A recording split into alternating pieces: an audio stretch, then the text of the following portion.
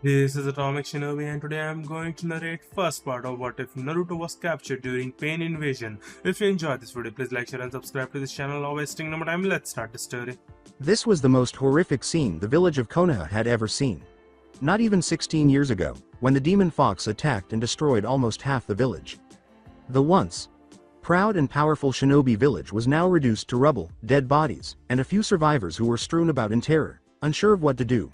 And in the midst of all of this mayhem, in the enormous crater that had once been the village's center, Uzumaki Naruto was battling Pain, the evil villain who had caused all of this devastation.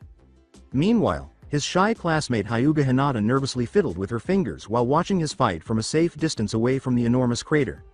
Worry for the blonde threatened to overwhelm her, and a sick feeling twisted in the pit of her stomach. The conflict with the Akatsuki leader had long deteriorated. He required assistance, but she had been ordered to remain where she was. Because she wasn't used to defying orders, she did as she was instructed. Since she was the only heiress in her clan, it was strictly forbidden for her to disobey, but she was more eager than ever to do just that.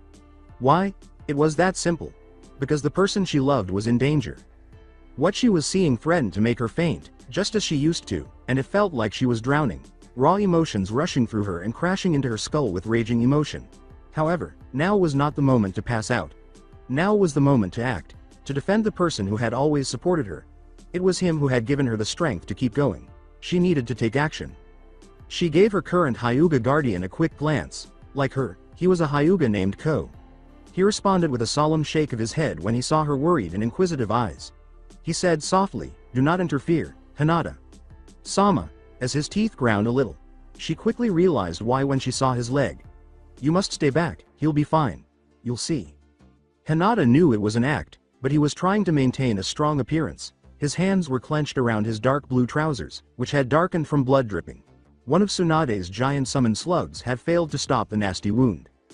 Because she was the oldest daughter in the main branch of the Hyuga clan, he was still doing everything in his power to protect her despite the injury. It was unfair. Naruto was risking his life for the sake of the entire village by himself while she remained on the sidelines like a frail royal. The same village that had rejected him as a child.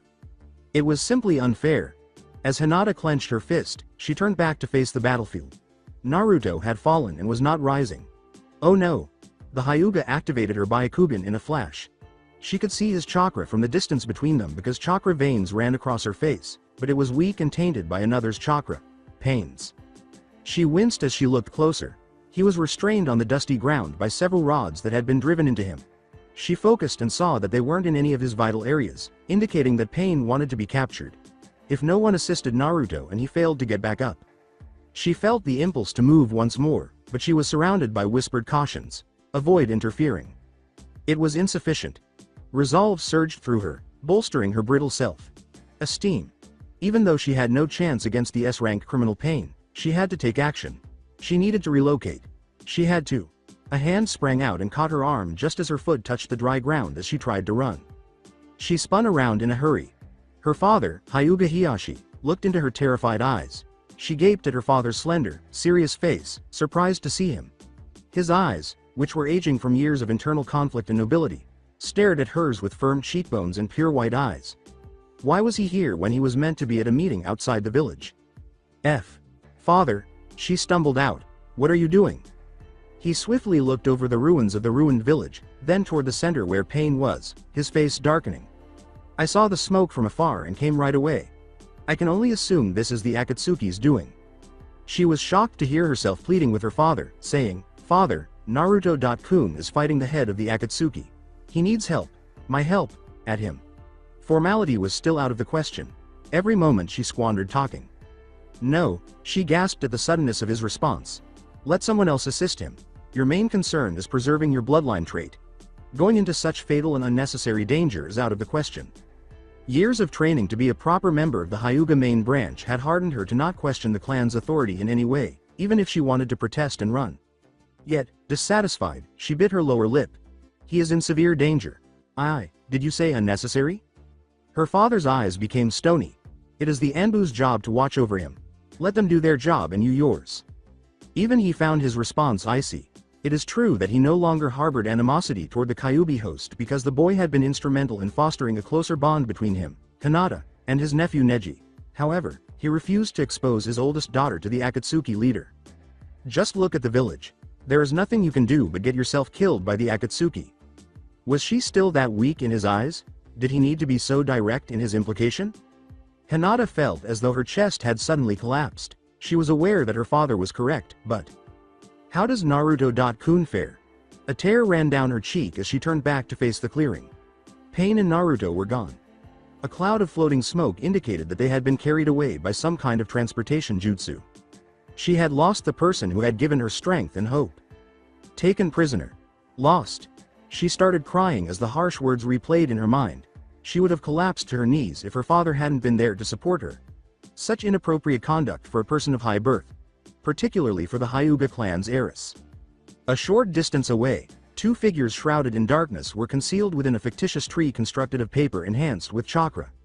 In the dim light, it was difficult to see the red clouds on their black robes that identified them as belonging to the Akatsuki organization. Still, some of their distinguishing characteristics were visible. Conan, the Rain's, no, God's angel, was known for his pale face with gleaming silver eyes carved beneath a paper flower and a bob of hair.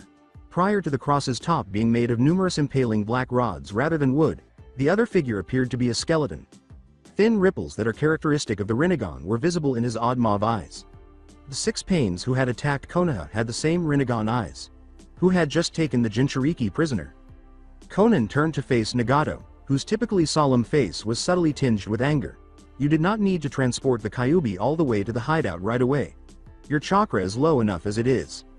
Since the location was close enough to manipulate the Jinchuriki's movements using Pain's chakra rods, the original plan had been to bring him to them. Given his level of chakra, he couldn't transport the host at this time because the Akatsuki hideout, where the remaining Akatsuki members awaited them, was too far away. Nagato was wheezing and breathing heavily. I've underestimated the village enough as it is. It won't be long until they discover my location, he finally said in a raspy voice after a few moments. A small forest creature was scuttling across the ground, and Conan glared at it. A creature who had no right to be near her god. She watched as blood gushed from its frail body after killing it with a single blow to the head with a tiny paper shuriken. That's what I'm here for. I won't let anyone reach you. Despite my inability to protect you, I will always be there for you. Nagato began coughing and his lips began to drip blood. He had a dangerously low chakra. The use of transportation jutsu had been risky, but with peace as the ultimate goal so near, it would undoubtedly be worth every sacrifice, every Jinchuriki life lost, every agony, every suffering, and everything else. Soon, it would all be over. With a feeble voice, he stated, Madara will be able to handle the boy until we reach the hideout. Conan glanced at her childhood companion, a fellow orphan. Out of the original three, only the two of them survived. She frequently wondered about the third and what would happen if he were still alive. Despite the pain, she knew in her heart that he would disapprove of Madara joining their group. There was a time Yahiko didn't trust that man, she said cautiously. She detested saying Yahiko's name aloud, particularly in the vicinity of the man who had possessed the kunai that had entered their best friend's heart. Yahiko is a name that should only be mentioned in respectful or even grieving prayers. As a card to pull, no.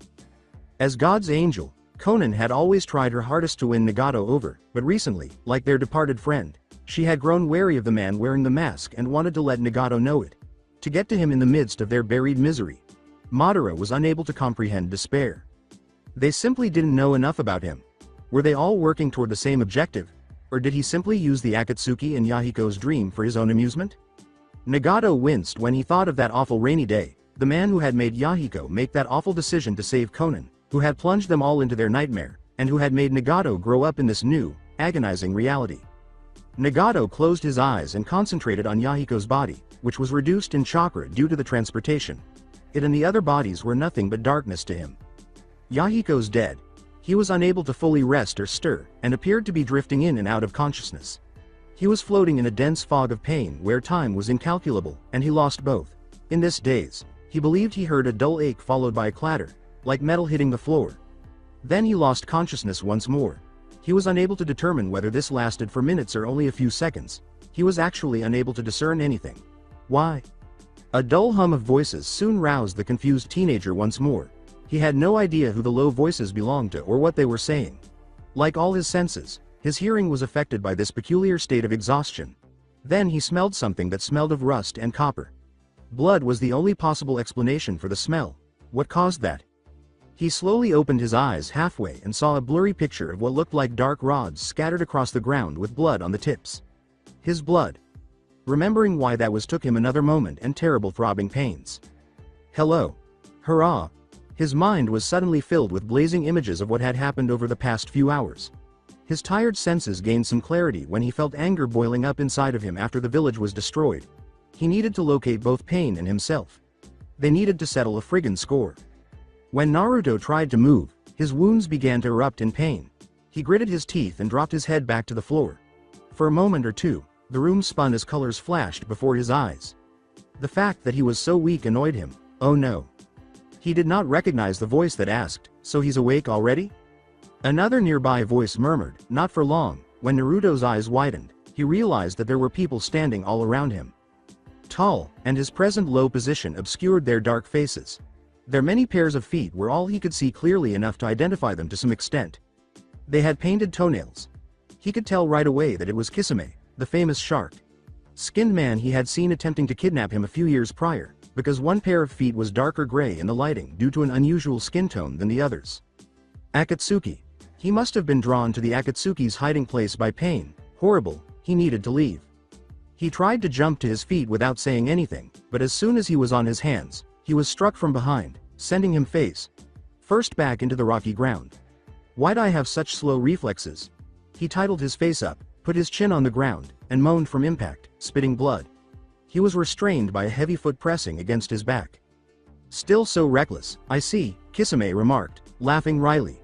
Then, turning back to his fellow Akatsuki members, he cleared his throat. So as I was saying, it seems this brat's capture took a toll on Leader Sama's chakra if he's not here yet. And what are we going to do about the Hachibi being a dud? Leader Sama's not going to be happy about that when he finds out. True, said a deep voice. Somehow, it sounded familiar. Naruto was momentarily unaware that it belonged to the man wearing the orange mask. He had once seen the same man taunting them while they were attempting to apprehend Itachi. He had been such a fool. However, he still possessed that peculiar talent that made him untouchable. However, he now spoke with such seriousness that it was different from before. This was not something he had time for. Naruto struggled to stand up once more. His triumph was short-lived. He rolled into a crouch and lunged at the nearest figure after twisting free from the foot. He slammed his elbow against the Akatsuki member's ribs upon realizing that the first guy was also the odd plant face from that day. He heard a sickening crack, but he didn't stop to celebrate his victory because two more were still dangerously close behind him. A hand sliced through the air towards him, slicing into his face as he whirled around with a snarl to strike the next victim. They wore a ring that ran in a single line from his jaw to his right eyebrow. The slash burned and hot blood trickled into his eye, blinding him for a moment, and he yelled. His opponents only needed this. He bowed to his knees as a foot, probably Kisame's, kicked at the back of his legs. The person wearing the orange mask then appeared, snatching him by the hair with one hand while slamming the other into his stomach, causing him to lose consciousness. The force brought blood to his mouth and stars to flash before his eyes. Naruto coughed it out, trying to catch his breath while the dark world spun around him more quickly than he could keep up. He was completely worn out and exhausted. There was another blow. And yet another. Officially, he was only able to endure the pain and was unable to breathe or think. Oh no, this man isn't kidding anymore, really. Between gasping breaths, he uttered, "Street. Stop," as he saw the figure extending his fist once more. You win. Painful pulses were echoing repeatedly from the places where pain had impaled him with those damned rods. He had lost his chakra. His entire body ached. At least not at this moment, he simply could not do it any longer. He simply needed some time to heal. They relaxed their hold on his hair. He moaned and panted as his head sagged and struck the floor.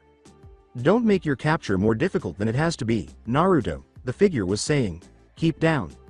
After trying to clear his eye with his sleeve, Naruto lifted his head again and gave the masked man's lone, exposed Sharingan eye a defiant glare. The Kyuubi roared and squirmed back deep inside Naruto before crashing against the bars of his prison in alarm. Those eyes. They're cursed. Naruto screamed, "What is it?" as he winced at the chaos. That man. Screamed the fox.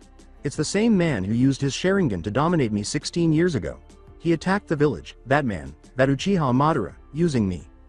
Naruto was surprised. Not possible. He knew that name and that Uchiha Madara was long dead, having been brought down by the first Hokage himself, despite his limited knowledge of Konoha's history from the academy. Madara couldn't be him. The fury of the fox demanded otherwise. After it snarled for Naruto to break the seal, Naruto turned his attention back to the events outside and stopped focusing on the beast. He wasn't going to tolerate the Kyuubi's nonsense anymore. There was already enough going on. The man in the mask, whoever he was, ignored the blue eyes that glared at him like a monster and carried on talking with his fellows. I'm really disappointed in Sasuke, too. I want the Biju hunt to end just as much as you do, Kisame. And thanks to Pain, well, we're going to have got a lot of attention, so hunting the beast again will be even more. Naruto interrupted, what did you say about Sasuke? He didn't know what they were discussing, but he was aware that Sasuke had been the focus of the man wearing the mask following Itachi's loss that day. He must be aware of his current location. Kisame laughed as the masked man disregarded the Jinchuriki's outburst. He tapped Naruto with his foot and said, well, it's not like we can just return him. Oh no. Which means he'll have to remain locked up until we catch the Hachibi. Quit treating me like a thing. This voice seemed to be coming from the black side of the plant face, and Naruto noticed that it was darker than the other white half, just like his color. That won't a problem. It'll be the leaf's persistence. What a bothersome hindrance, right Madara? He asked. Nevertheless, Naruto was more surprised by the name confirmation than by that observation. Once more, that name, not possible. As Naruto tried to make sense of what was happening around him, his thoughts raced. It was all illogical. How did Madara manage to survive? What about Sasuke? What have you freaks done with him? Tell me, he screamed in frustration, asking where Pain was. Leaning down, the Uchiha looked directly into the boy's eyes, gazing at him as though he were a simple, impressionable idiot. It irritated him. Under my command he was ordered to capture the Hachibi. He would never, he spit out, his fist curling. When asking someone a question it would be wise to not interrupt until you've heard the entire answer. Uzumaki Naruto. Naruto felt a wave of rage. How can he talk with such composure? This is not something I have time for. Before I can locate that Teme Pain, I must locate Sasuke. That voice inside whispered, boy, you're too weak and outnumbered. What are you going to do now? I'll give you my power, hee. His trembling hands rushed to the collar of his jacket, where he dug for the stringed crystal around his neck, consumed by his rage and the desire to rip these monsters to pieces and locate Sasuke in Pain. He was about to tear the necklace off when the Uchiha grabbed him by the wrist. Would you really so quickly give your body to that demon for the sake of revenge? Fool. Unwilling to accept that the man had just prevented him from doing what Captain Yamato had forewarned him against, Naruto's head sank. Although the power surge was incredible, there were serious repercussions. All he needed to do was recall Sakura's arm scars. There would be no turning back if he went into that state with his weakened seal and his level of rage at that moment. There was no way he could get away, or locate Sasuke. His snarl was, let go of me. Madara held onto his wrist. Rather, the hold became more firm. As he said, you're the very example of Konoha's hypocrisy. His tone was tense. Finally glaring back into that Sharingan eye, Naruto shot back, what are you talking about? He detested it, Kami. It really irritated him to see something that only Sasuke and Kakashi had on a monster like this. Madara. Imposter. You would kill for your revenge yet condemn others for doing the same. This is hypocrisy, Naruto, and ignorance. But you aren't the only one, boy. The entire flawed shinobi system's to blame. The Akatsuki is merely here to correct the corrupted cycle. Naruto recalled Pain's words and the hesitancy he had experienced when Pain had asked him about it earlier. It was a vicious cycle of hatred, but once more, Pain's methods of attempting to bring about much needed peace were unacceptable. You're wrong. Now where's Sasuke? A mocking, Sasuke, Sasuke, Sasuke, Kisame said. It's hilarious, your useless fixation with him. You do realize he doesn't care about you or your village, right? Unjustified, Kisami's remarks deeply affected him. The only weak reply Naruto could muster was, you're wrong about that. Madara's cruel gaze changed to something else as he gazed at the downcast blonde. Was it pity? No, not possible. However, the man let go of Naruto's wrist, and the boy's hands dropped to the ground, pressing down for balance. He lowered his face. He'll come back. A part of him didn't trust what he was saying. Do you want me to tell you about Sasuke? The man's voice asked abruptly. Screw you. The man laughed. Your tone betrays you, Naruto. Besides, even if I did tell you, you could never understand the pain he's had to go through, orphan. Although, it might shut you up for a while, I think I should. What? Naruto was caught in a genjutsu that transported him to a different place and time before he could even think or curse himself for staring into that blood-red eye. I'll show you the truth about Sasuke. Maybe then you could see how futile your persistence is. It was nighttime when Naruto opened his eyes. The moon and stars were able to light up the numerous traditional homes that surrounded him because the sky was clear. He could tell immediately that they were good houses. He assumed that the thick fences enclosing their yards and the traditional features on many of them were more decorative than protective.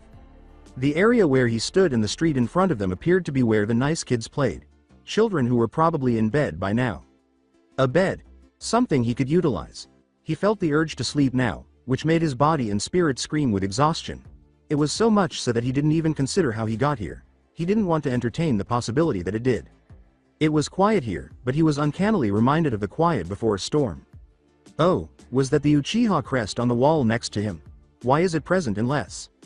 As his fingers followed the well-known pattern, the first scream shattered the stillness of his dream and the terrible nightmare started. Sakura balled her fists. What prevented her from seeing Naruto? I thought he was still fighting pain in the crater. Unresponsive to her demanding stare, the Anbu beside her cast a quick glance at the ground. This time, she turned to the Hyuga. The chakra of Naruto ought to be visible to him. She must be aware of his condition. With a tight, controlled voice, she inquired, "Where is he?" Quiet. The two enormous summoning animals, each of which belonged to the fabled sages, shook their heads behind her. They were shaken as if something was amiss. Sakura thought, no, arguing with that doubtful voice inside her that adhered to logic as tenaciously as an unwanted leech would. I only had to call his name when pain attacked, and he arrived in an instant. He's powerful. And quickly. He could only have been that pain guy, and nothing else could have happened to him. He was most likely already vanquished by Naruto, who then fled to, what if I knew where he always runs? She was startled out of her reverie by a sharp gasp. Veins from his Byakugan snaked the Hyuga's face. Byakugan, which was pointing in the direction of the dust fogged crater, was out of ordinary view. Her voice began to tremble with panic as she asked, What is it?" With a solemn expression, the Hyuga lowered his head. He looked at her fist before responding, as though he was terrified of what she would do to him. She wanted to let out a frustrated moan. She was occasionally irritated by her notorious strength. He took a moment to respond. They disappeared. Pain must have used a transportation jutsu. What? Maybe she didn't hear him correctly. Yes, she did. She simply was unable to decipher the meaning of his words. Did he speak another language? Her remaining hope started to crumble. What are you talking about?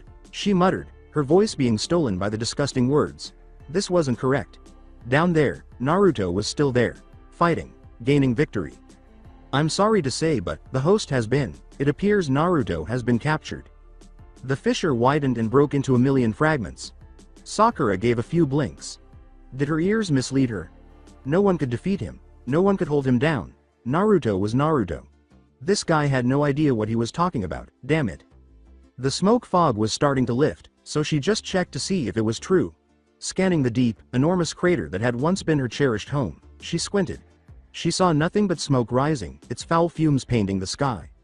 Sakura wasn't sure how, but her kunoichi abilities managed to overcome the panic that was nipping at her heels like rabid dogs when she saw the smoke and the emptiness. She must have been strong enough to do what needed to be done. Or at the very least, make saving him her top priority. Breaking down could wait. Katsuyu. Naruto had one of your clones on him, so tell me where he is. Incapable of looking directly into Sakura's terrified eyes, the enormous summoning slug cast its gaze downward. I'm sorry, but they took it out. She tightened her jaw. Alright then, Gamakichi, if I recall correctly, your kind can use reverse summoning on him, so bring him back. Gamakichi, the frog summoned, sighed and handed the unconscious Hokage he was holding to the recently arrived Anbu member. Tsunade would be taken to a safe place by the Anbu member until she awoke. The frog cleared his hands and brought them together while focusing his eyes. I can't, he said quietly after holding this posture for a few minutes. After looking up at the Anbu and Hyuga, he turned to Sakura and said, the enemy must have him in a special barrier that prevents such jutsu. This is beyond us summoning animals, he stated in a somber tone. She fought back the tears as she squeezed her eyes shut. They were out of her price range. Determination replaced the sadnesses and poured like fire through her veins. She said, you're right. This is a job for shinobi, in a firm voice. She punched the ground with a shinero, and the ground beneath her fist shattered like dry clay, scattering shards all over the place. Anbu, See if intelligence has figured anything out regarding Pain's location, then gather anyone left standing. We will not give up. This is only the beginning of the battle, she said. We will find and unleash fury on them this time, now move it. With a nod, the first Anbu disappeared from view, carrying the burden of the villages, no, the future of the entire world. Naruto threw. He couldn't get the burning images and events out of his head, even after the genjutsu was over. Kami. What he'd just witnessed. He coughed wildly and puked again. Undoubtedly, his discharge was caused by more than just the horrifying sights of the genjutsu. It was also a result of his weakening, the poisoning of his system by Pain's chakra, and, to be honest, the repulsive food he had consumed while training on Mount Myoboku. It all came out in blood and rage. He thought he had drained his system completely when he saw a gloved hand extend a towel toward him. Madara. Naruto's eyes were closed. He really needed to get cleaned off, but all he wanted was to slap that hand away and preserve what little dignity he still had. He picked up the towel, more accurately, he snatched it rudely, and rubbed it against his mouth and face, deciding that the latter was preferable. The coarse fabric was covered in blood and vomit when he opened his mouth to look at it. The wounds on his hands, which held the towel, were also visible to him, bloody and dirty. His stomach rumbled for a second, and he feared that he might become ill once more, but nothing happened. Madara asked, observing the blonde's expression, "You done?" Oddly, he hadn't been too harsh in his statement. Unable to speak, Naruto just gazed at the now soiled cloth. It isn't accurate. None of it. Konoha would never approve of the killing of the Uchiha clan, including the children and the elderly. Never would Konoha. Itachi was solely responsible for it. However, what about that one time when he smiled deceitfully? Kisami's voice echoed in the distance, as if in a different universe. Woo. Madara, what did you do to the poor kid? Ha. Only showed him the truth. The man's response came across as aloof, as though he was trying to solve a puzzle. That thing inside him, the masked man muttered to himself, but Naruto was too engrossed in his reverie to hear it. Kisame went on, I'm surprised he didn't hack his liver up. Or pee his pants. Ha. Remember that horde Deidara brought in that one time. Just 3 seconds in Itachi's genjutsu and it ran right down her leg.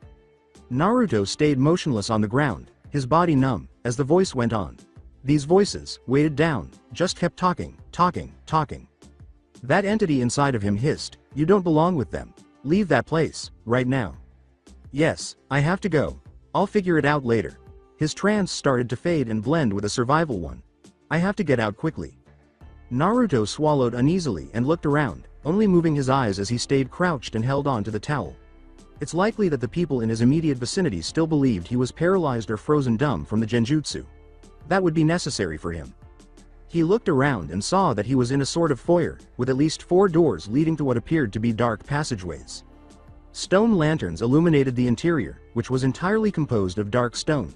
Like material, he could see the main exit in their dim lighting, but a massive boulder blocked it. They would encircle him once more before he had a chance to pass through that mass of rock. After marking off that escape route, he turned back to face the hallways and their pitch entrances. I have to leave while they're preoccupied, but I have no idea which one will lead to an exit. All right. He was capable. Plan later, and run, and oddly enough, he felt a small amount of chakra flow through him even though he could have sworn it was almost completely gone. He didn't care where it came from. Just that he was able to use it. Kage Bunshin no Jutsu. He screamed as he twisted his seals with towel. Covered hands without pausing. Quick. He recovered already. The men yelled, and several Naruto appeared in smoke puffs. The teenager pulled out his final 2 smoke bombs and smashed them into the ground before the man in the mask could seize the real one. Immediately, smoke poured out, filling the foyer and enveloping him. In the murky air, the masked man hissed, focusing his Sharingan on the boys in front of him. It was impossible to tell the real from the fake because the boy had been astute enough to divide his chakra equally between them. What a bother. Before the blonde prisoner could strike, Kisame swung Samahata, his enormous blade, into one. As the blade tore through flesh like a hot knife through butter, the boy screamed in pain. Then vanished in a cloud of smoke, exposing it to be a mere clone. The man's eyebrows were raised in frustration as he gazed at Kisame. He snarled, what if that had been the real one? Kisame put the sword back in its strap and cracked his knuckles, smiling. Well, it certainly would have hurt. It would have killed him. Until we have the Hachibi, we need him alive, Kisame. It doesn't matter, Black Zetsu growled as he slashed at the Naruto that was left. It was confirmed to be another clone when the boy vanished in a puff. The real one made a run for it, but he won't get far, concluded the white Zetsu. The mask laughed. No, he won't. And he's about to learn that. Madara, we'll go ahead and get a head start on Sasuke, the black Zetsu declared. Yeah. We can't shift as fast as you, after all, the white side remarked as the odd plant like member started to bury itself in the ground. The leader whispered, yes, go ahead, and turned his head to face the direction where the Jinchuriki had vanished. The smoke was already dissipating. Taking care of him won't take me long. How did this happen? Even before they had passed through the village's gates, they were all thinking about it. Nearly every member of the team believed they were trapped in a genjutsu after they entered through the collapsing structure, which was encircled by mountains of debris even outside. They could not believe what they were witnessing. Death. Paleness spread across Tenten's face. She opened her mouth and sank smoothly to the floor. Neji, eyes this. The Hyuga muttered, this is real, his serious face concealed by a casual demeanor despite the nausea he was experiencing. The first dead body was all it took for the green-clad Rock Lee to go into a frenzy. Oh. Robbed the water from their fountains of youth. Who did this? He shook his head, his bowl-cut hair swaying and clear crystal streaks running down his round face. Oh sensei. Please explain this to me, I don't understand it. Guy clenched his jaw, taking in the sights as well. After returning from a lengthy mission, Team 9 was completely unprepared for Konoha's untimely and tragic death. He uttered, I don't know, but we're gonna find out right now.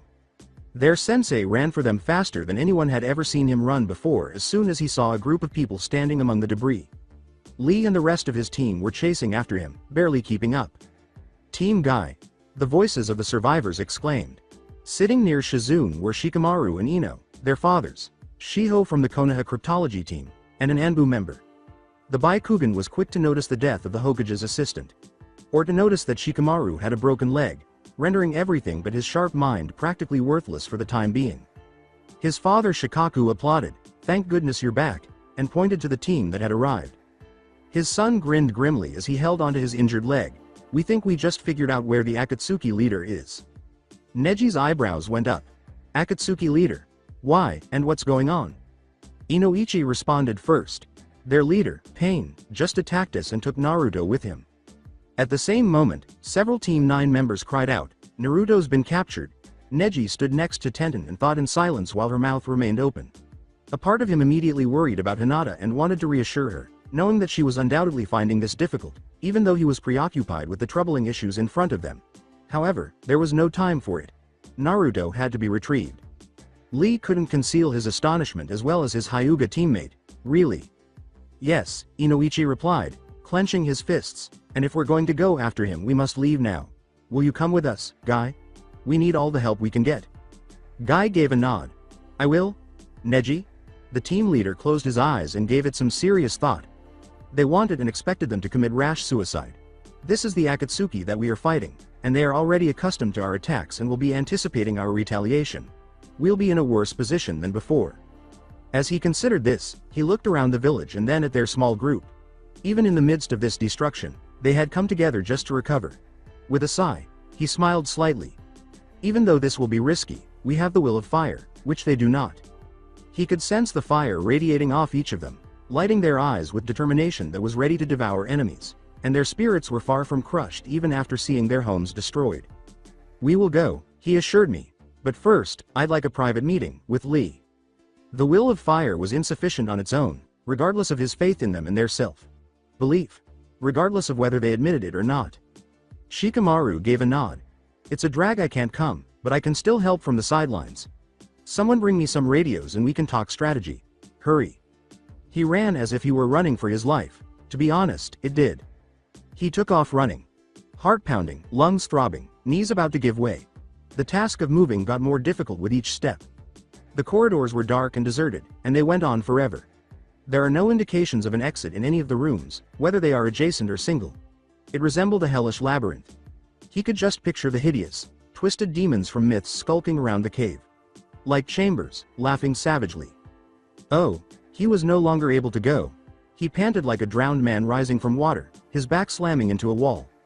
His mouth was dry, sweat was running down his face, and he was gasping for air. His backside was flooded with crimson tides from his wounds. His joints, Kami. He was severely damaged in his prior battle with Pain. Naruto closed his eyes and concentrated on the sounds when his breathing was reasonably steady and loud. As he had anticipated, there were none. No shouting, no following footsteps. Why not? Maybe the boulder. Blocked exit was the only one, so they didn't bother chasing him. Oh no, if that were true. He was unable to return there, ignore that. Even though he knew that wasn't an option at the moment, he would love to go back and kick their ass any other time. Not in his present condition. Oh no. Naruto tightened his jaw. He would simply create his own escape if there wasn't another one. He cried, Kage Bushin no Jutsu, and started making clones again. Scout for a way out, he instructed the first two people. They nodded resolutely and ran into the corridors. Contented, Naruto said to the other, let's do what Captain Yamato did that one time at Orochimaru's hideout. Remember? Find a weak spot, then Rasen Shuriken the heck out of it? One more nod. Naruto smiled, and he was on his way. Rasen Shuriken. My, your skills have grown, he heard someone laugh out of nowhere. Naruto's eyes widened and he turned his head to see the orange mask swirling into being. Just a moment ago, he was not present. I detest that jutsu, man. From beneath his swirl, patterned face covering, the figure appeared to smirk, pleased by Naruto's surprise. His gloved fingers slid against the chilly rock that was the wall, and he said, honestly, I'm impressed. But, you'll find these stone walls durable against such beatings. See, unlike Orochimaru, we don't need to make such fragile hideouts, built only for the purpose of hiding then moving the next week or so. We aren't that weak, nor do we cower in fear as he did. You're in a whole new ballgame, boy. That's what you think, he growled, his hand already spinning with strong chakra gusts. Futon. Rasen's hurricane. He swung his arm and staggered forward. Gust draining, glowing, swirling. He tossed it in the air. From his bleeding hand, it screamed like a powerful rocket that headed directly for the man. Once more, Naruto was unsure of the source of his strength following such a terrible and exhausting battle with pain, but he didn't care if it was adrenaline or not. He simply grinned as the whole place was covered in dust from the falling rock that the jutsu had so effectively broken up. The man was done for, even though the walls held up for the most part. Naruto's clear shot had been really good. The mosque's voice said, you've made improvements to the original, but it's still insufficient. What? Behind him, the figure was leaning coolly against the wall, and Naruto moaned. His expression was bored, and his arms were crossed. The attack did not touch it. Oh no, what does he mean when he says that he improved the original? What on earth was this guy even aware of? With a hiss, Naruto entered full attack mode, whipped a kunai out of its pouch, and charged forward, his blade already aimed for the throat and his lips curled into a feral snarl. He would try short range this time and exhaust him if long range missed him so easily. The man seemed to enjoy the challenge as he lifted his fists. He appeared to be saying, go ahead and try. And he would try. After colliding with air, Naruto's fist struck the wall. In an attempt to grab him, the man twisted himself in its direction. As he recovered, Naruto swung his other fist directly at the mask. As he had anticipated, the face covering was protected by the jutsu. Why is he so adamant about wearing that mask if he claims to be Madara? Is he unaware of how annoying it is? In anticipation of the man's return, Naruto prepared a Rasengan. Even though the man's abilities made things more difficult, there was always a shift in the air, letting the attentive observer know where he would show up and ensuring Naruto would find it. He growled, come on and face me, as Senin chakra from one of his clones soaked into him. Excellent. More strength. His new mode and hunger for its target made the jutsu more intense. However, it never touched down. Madara was swift, her eyes burning with the Sharingan's power. His arm missed the man by inches, and Naruto hissed. Madara was on him before he could pull back. He moves brutally, with each blow more powerful than the last and quicker than Naruto could parry or block in his current state. He aimed directly at his pressure points. Initially, at least. Madara's incoming punch drove into the floor, temporarily lodging it there, but Naruto rolled away just in time to prevent the man from landing another blow. Naruto rushed over to him and slammed a piece of rock into his head in an attempt to heal himself. The blow was forceful but insufficiently powerful. Before he could send a finishing Rasengan through Naruto's thick skull, Madara grabbed his arm and staggered out of his position. Naruto immediately regretted not taking Kakashi's or even Gai's training more seriously. Compared to fighting Ijutsu like the Sharingan, he had dedicated a lot more time to his Rasengan. However, he recalled numerous occasions when a member of Team 7 had elucidated the distinctions between it and the Byakugan. Chakra. It was able to anticipate chakra attacks. I should switch to taijutsu if he's only going to predict the attacks I'll use. It's close range. He pulled out his final kunai. I must put an end to this man once and for all. He let out a battle cry and lunged at the man, pretending to kick him roundhouse and aiming his knife at his throat. Naruto had not anticipated the man's level of experience. Just grabbing his leg, the Akatsuki leader swung him against the wall. This ends now, host. Desperate to complete this before it was permanently lost, Naruto bounced back from the wall as his sage chakra started to wane. But whether feigned or not, Madara flawlessly parried or blocked every kick, punch, and slash. He appeared so perfect and well practiced, almost on a familiar level, that it was inhuman. He appeared to have fought Naruto in a similar manner before. Knew his style and the types of attacks he employed. It also irritated Naruto. He skidded across the floor as their brief taijutsu practice came to an end, his Sennin mode fading. No, I can't fail. Naruto could sense the change in his body, and it was deafening. He could sense the hot acid power coursing through his veins without even seeing his eyes, as the possessive shift grew stronger and stronger as the seal weakened with every battle. To sense the urge to tear this man to pieces rising to the surface. The crystal began to glow, reminding him that he needed to keep the Kyuubi's dark power at bay. Madara noticed the change and took the first action he could to prevent the transformation. I don't think so, Kyuubi. Madara slammed his fist directly into the boy's stomach as he rushed towards him, dangerously shifting his chakra into one that wasn't his own. Gwa. It sent the boy hurtling to the ground. He rolled into a ball and used his arms to protect his stomach. He was unable to breathe. Kami. He gasped and struggled to breathe again, the Kyuubi's power surge coming to a complete stop. The boy let out a loud cry of agony as the man hovered over him, his watchful eye narrowed. Every time he moved, his blood would smear on the floor. The seal your father placed on you has weakened so much. Despite the pain, Naruto burst out laughing, which only made him feel worse, which caused him to laugh once more. Since he might have been present if what the Kyuubi told him was accurate, the man must have known the tale of how the fourth Hokage sealed him. He was definitely not the son of that man. How could a Hokage ever damn his own kid? Oh. He growled, idiot, as soon as he could speak. I don't have a dad. Disappointed, the man shook his head. They really haven't told you anything. I'm actually surprised, Naruto. Considering the man he was, it's a shame. Why did he sound like he was taking it so seriously? As if it were a business decision rather than some dumb lie. What an actor, man. Ignoring the successive throbs, Naruto rolled back to his feet and screamed angrily, quit with the nonsense.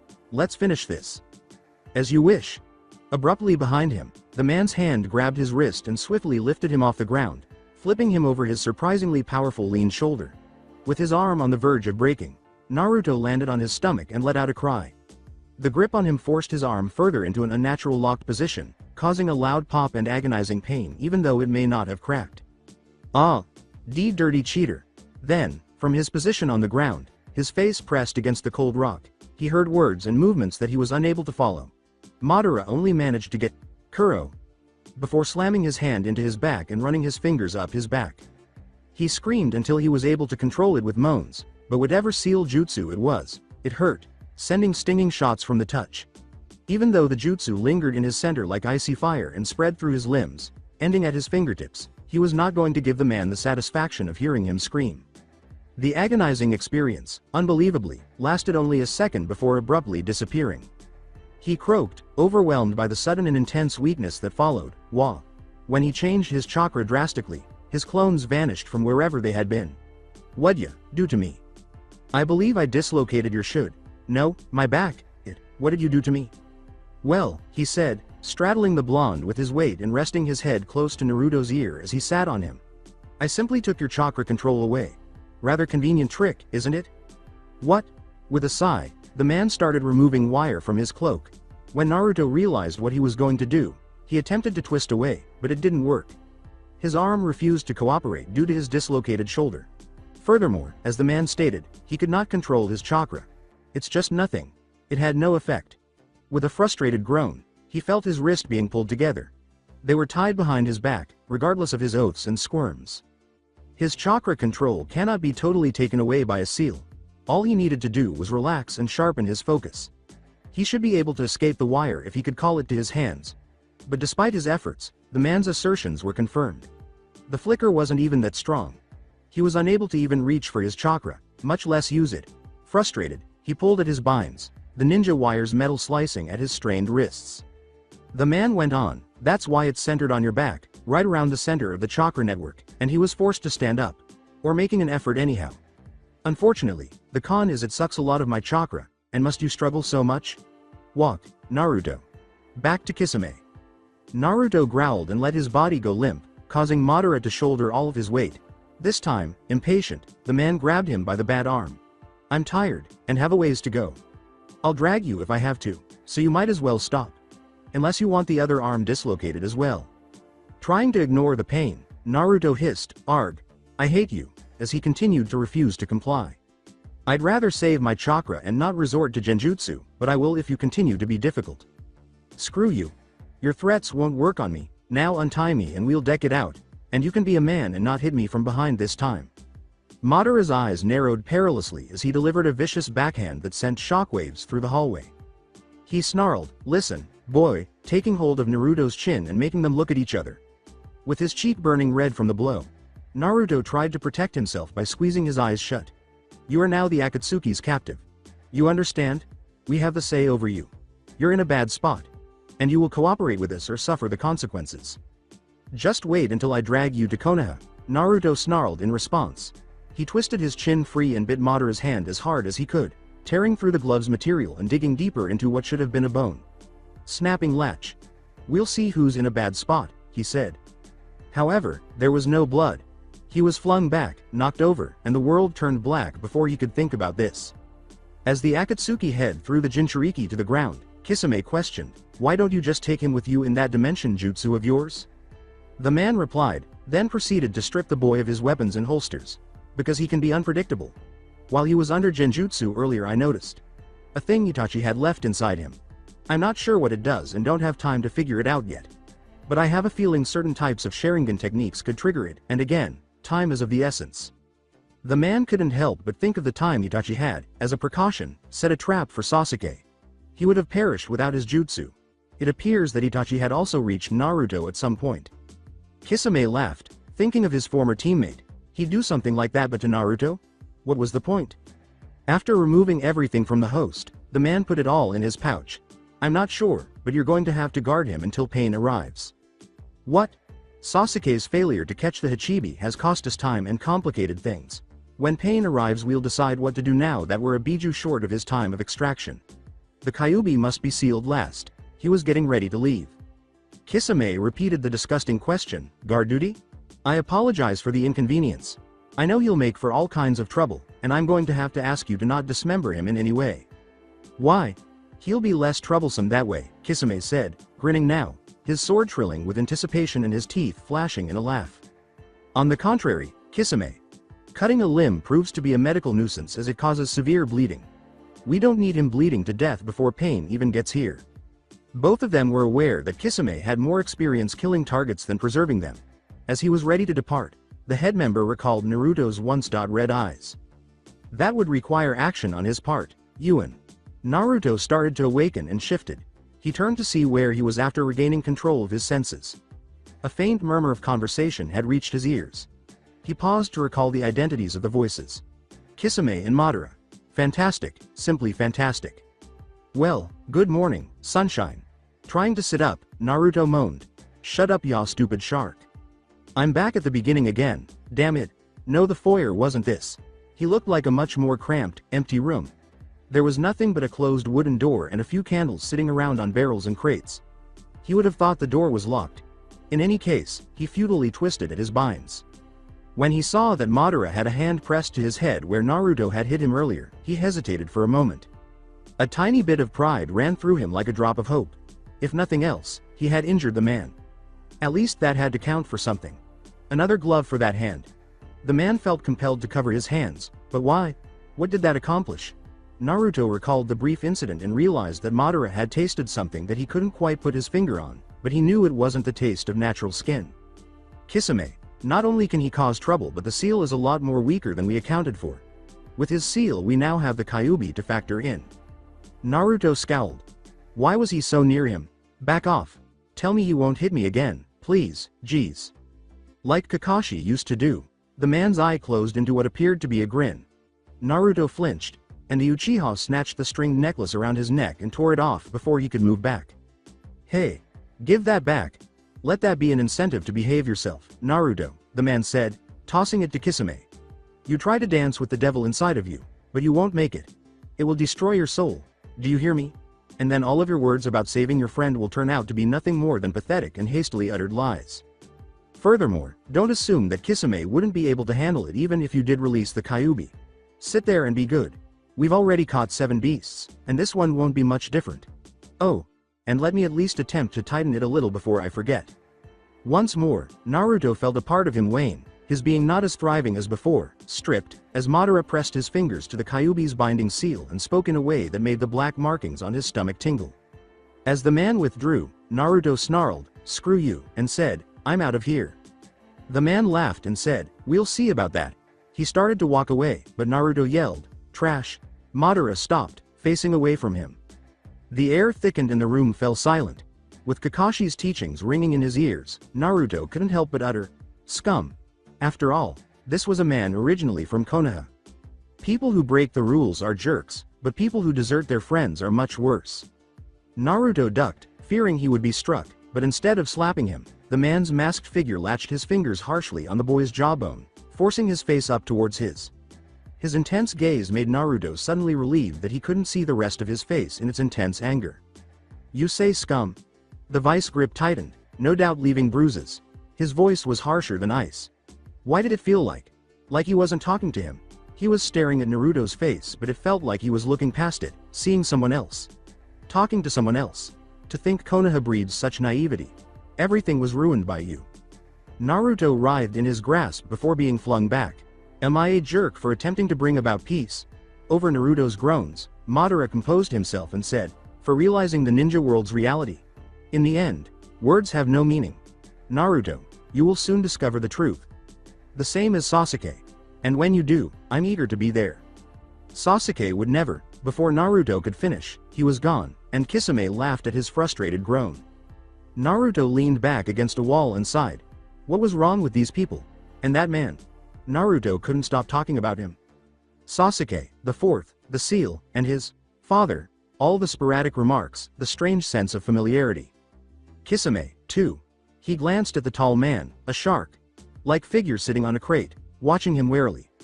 Don't even try to do anything smart, the Akatsuki member said, laughing while holding his sword tightly. Naruto gave an eye roll. Since there is only one Akatsuki member present, this might be my only opportunity to get away. The odds are much better 1-1, but... He struggled at his binds for what must have been the 100th time, and aside from some cuts and a throb in his right arm, it was completely ineffective. He glared at the ground. If that man was right about anything, it's that this is a completely different game. I need to think of a plan. I can't just go in like I always do. But how the hell do I? Then he had an idea. He smiled. He could do this. He could definitely do it. It would just require some time to recover and buy time. However, he suspected Kisame wouldn't fix his shoulder, so he would have to settle for it being dislocated. He started his plans after letting himself sleep for what must have been a few hours, and by that time Kisame had started wetting the various points on his blade, each of which made grating screeching noises. "Hi, Kisame." "What?" he yelled. "I have to pee." 4 simple words with countless potential meanings, all of which the Akatsuki member undoubtedly involved some hasty escape plan. Kisame examined the host.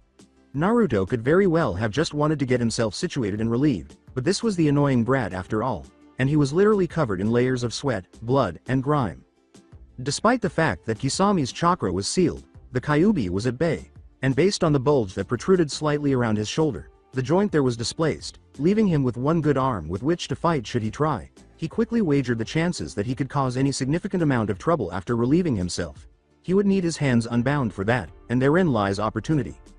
Moreover, his physical and emotional state had to be taxed to the limit following both pain and Madara's traumatic treatment. Okay, I'll show him to the closest bathroom room, which would be that cultist's. Kisame said, "Have it your way, brat," and stood up. "And just so you know, I've had people try to pull this card on me before, and they didn't make it. I might not be able to kill you if you try anything amusing, but you'll wish I had. You get it?"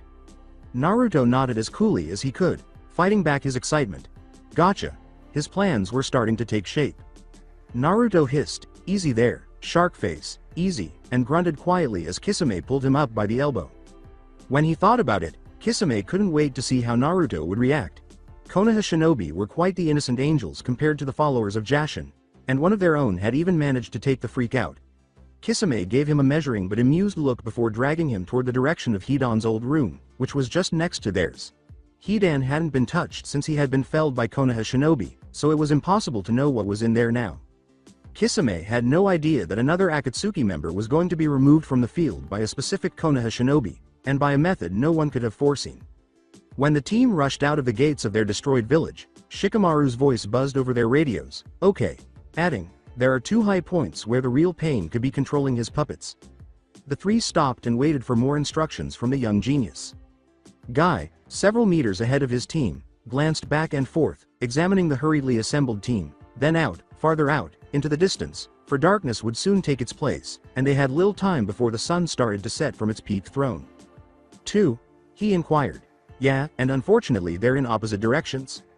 How on earth are we going to get to them both in time? They have what they came for and they're not going to just linger," Inoichi yelled angrily, already fully aware that their window for a partially successful counterattack was closing by the minute. A composed Shikaku whispered, "Calm yourself, Inoichi," as he traced his finger over his scarred chin. "We'll have to divide into 2 groups and pursue them simultaneously." Dad's right. This, however, is the Akatsuki. They all knew that someone important to them had died, a father, a sensei, a comrade, and Inoichi looked down almost apologetically as he said, "The last time a small squad went after just 2 of their gimps." Eventually, the wince on the other end could still be heard. "That may be, but we can't just sit back and do nothing. In addition, I believe we removed 2 of their members as a result of that incident. 2. We can repeat the process and further reduce the Akatsuki's numbers, crippling them. Simply return alive, Dad. Everyone." With a resolute nod, Guy said, "And that we will. What was this but a challenge? And all challenges were what shaped you into something stronger. And that we will. With the will of fire and the strength of youth. Give us Shikamaru's coordinates. This is something we can still win." As Shikamaru ran his finger over the length of it and all of its folds, he noticed a ruffling on the other end from a map.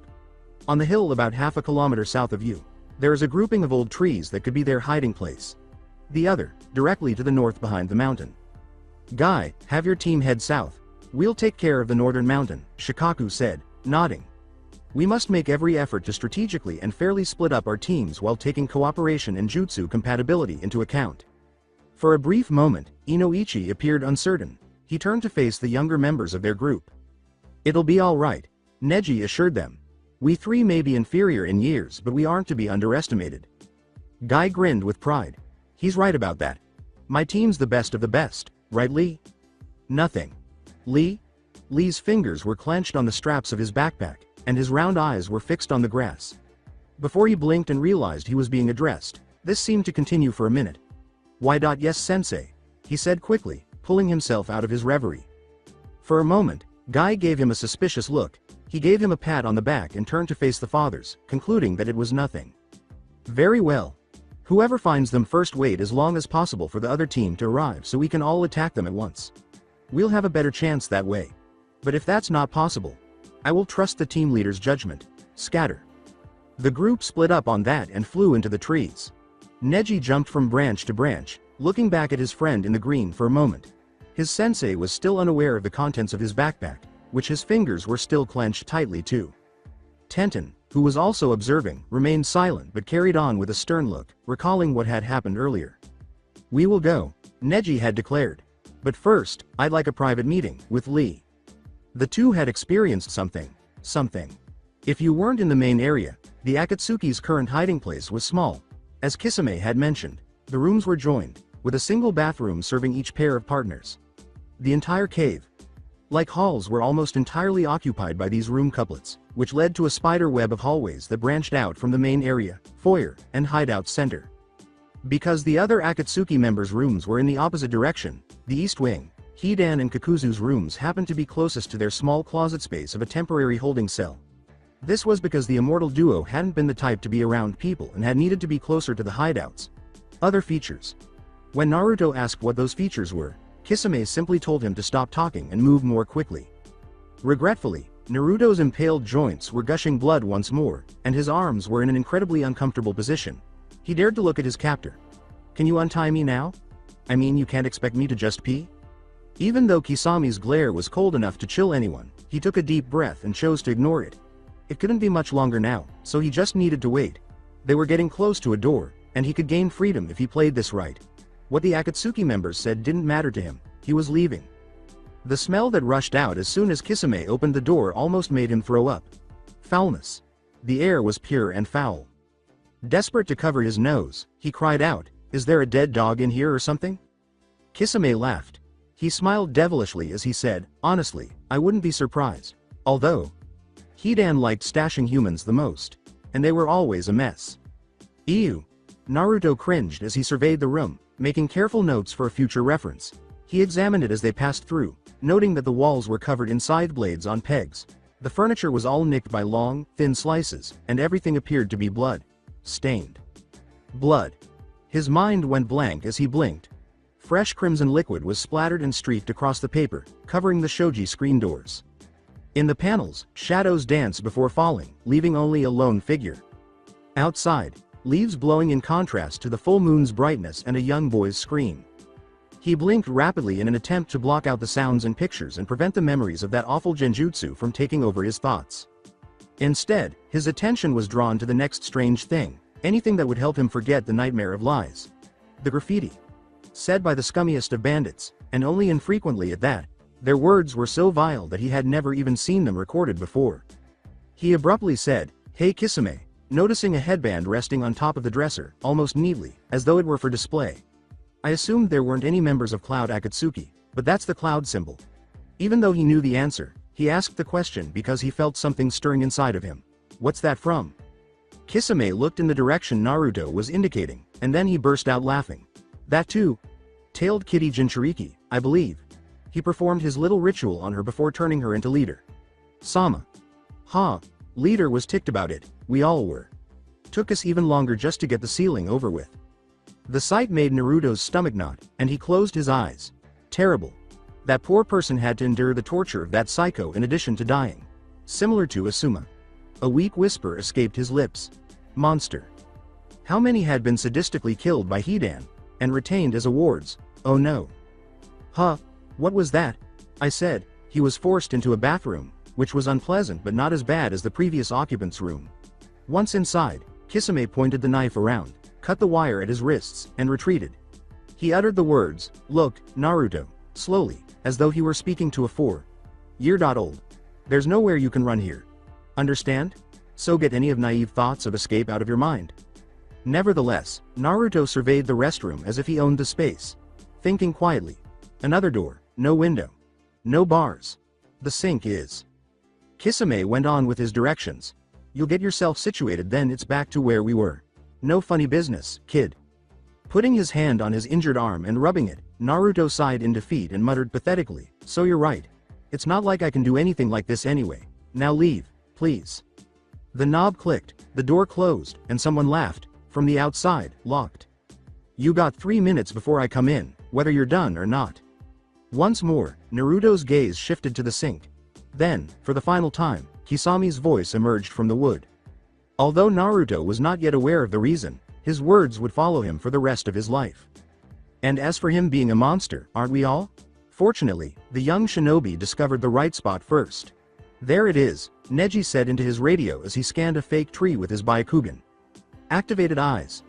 Now that he was close enough to the hiding place, he could easily examine it with his Byakugan eyes because it was surrounded by a chakra infused exterior.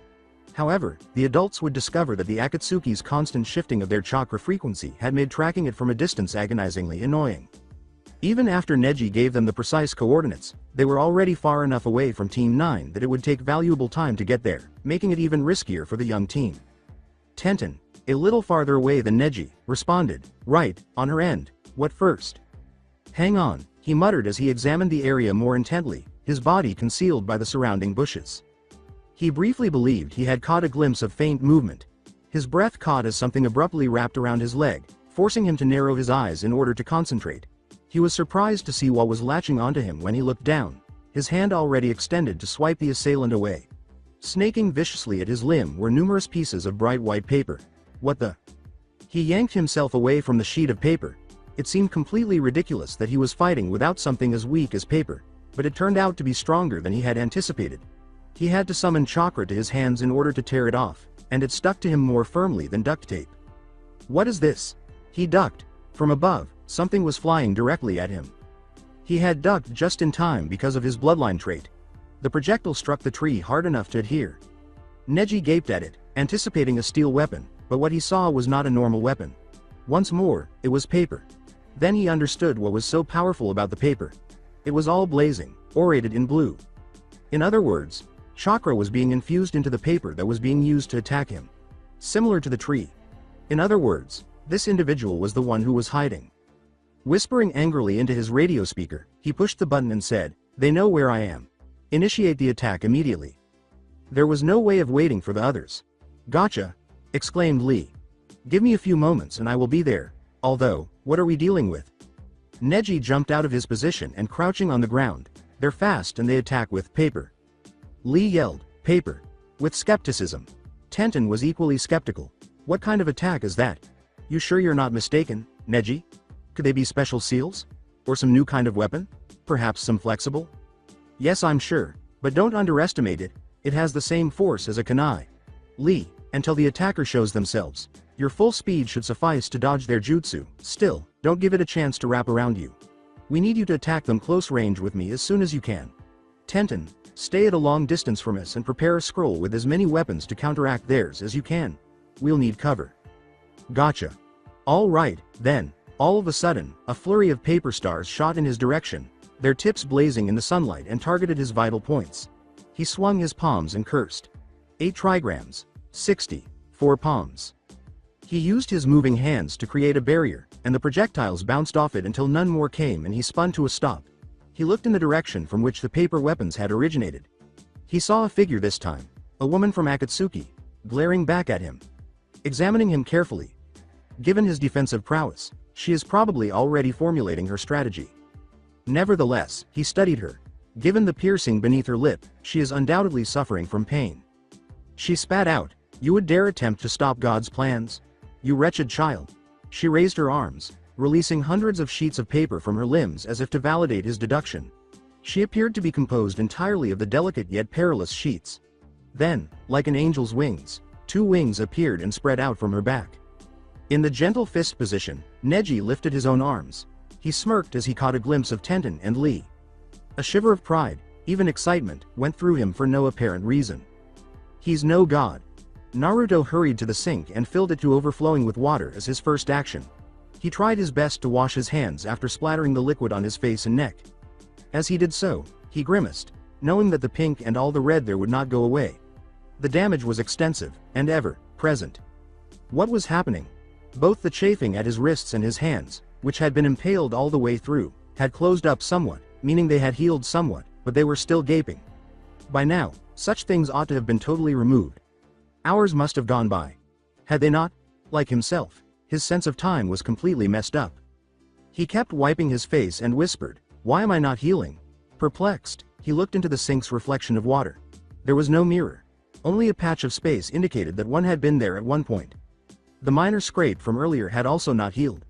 This is ridiculous. Something had to have been done to me. Then it dawned on him. Later on, Madara had done something with the Kyuubi's seal as well as his chakra. Orochimaru's treatment of him in the Forest of Death had been somewhat similar. Though distinct, it is still a form of jutsu designed to protect him from the Kyuubi. That would explain why the healing process had begun but not yet completed on his hands.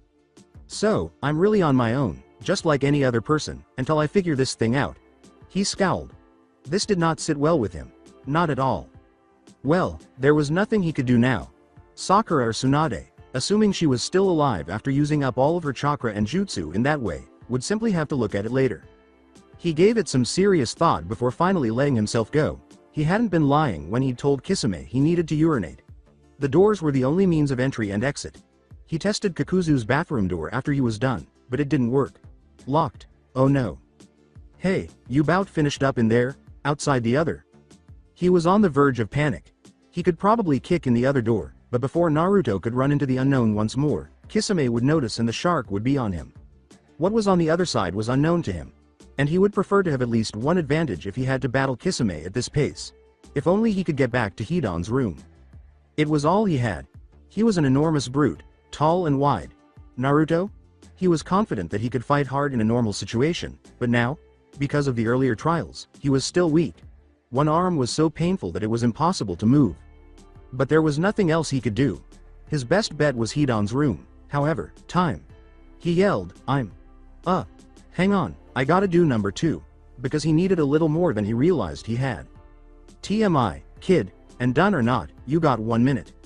Slumping to the floor, he reached for the pipes beneath the sink and cursed. 30 seconds, kid. I'm tired of waiting. In desperation, he twisted at the washer and slipped nut on the front. He prayed he was doing it correctly because he had already pulled this prank on a particularly nasty store owner. In the past, he had to unclog his own sink several times using the J-shaped pipe, but each time he did so, the water was turned off. In addition, he had never taken it off for this particular reason before. But what if this fails and I'm caught? What if Kisame doesn't care about the mess? Only I will. As he struggled to loosen the device, panicked sweat trickled down his face. In the end, he simply pulled as hard as he could, breaking off the metallic trap with a clang. Knowing that Kisame would have been alerted by the noise, he then kicked the remaining pipe hard. Now, half. Seconds. He switched on the faucet. Immediately, water sprayed out, soaking the floor. He screamed, "Ah!" while concealing the pipe behind his back. "Kisame, I think I just broke your sink. Help."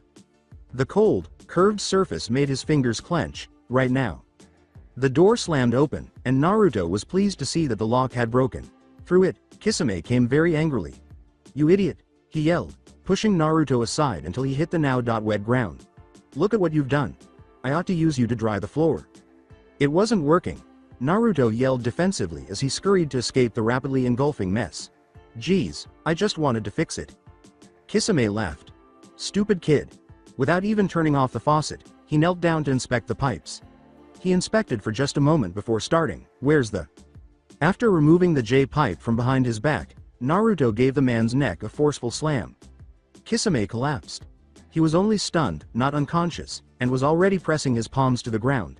He was only a half-second away from jumping back up when Naruto leapt on his back and put his arm around his throat. "Stay down," he cried out.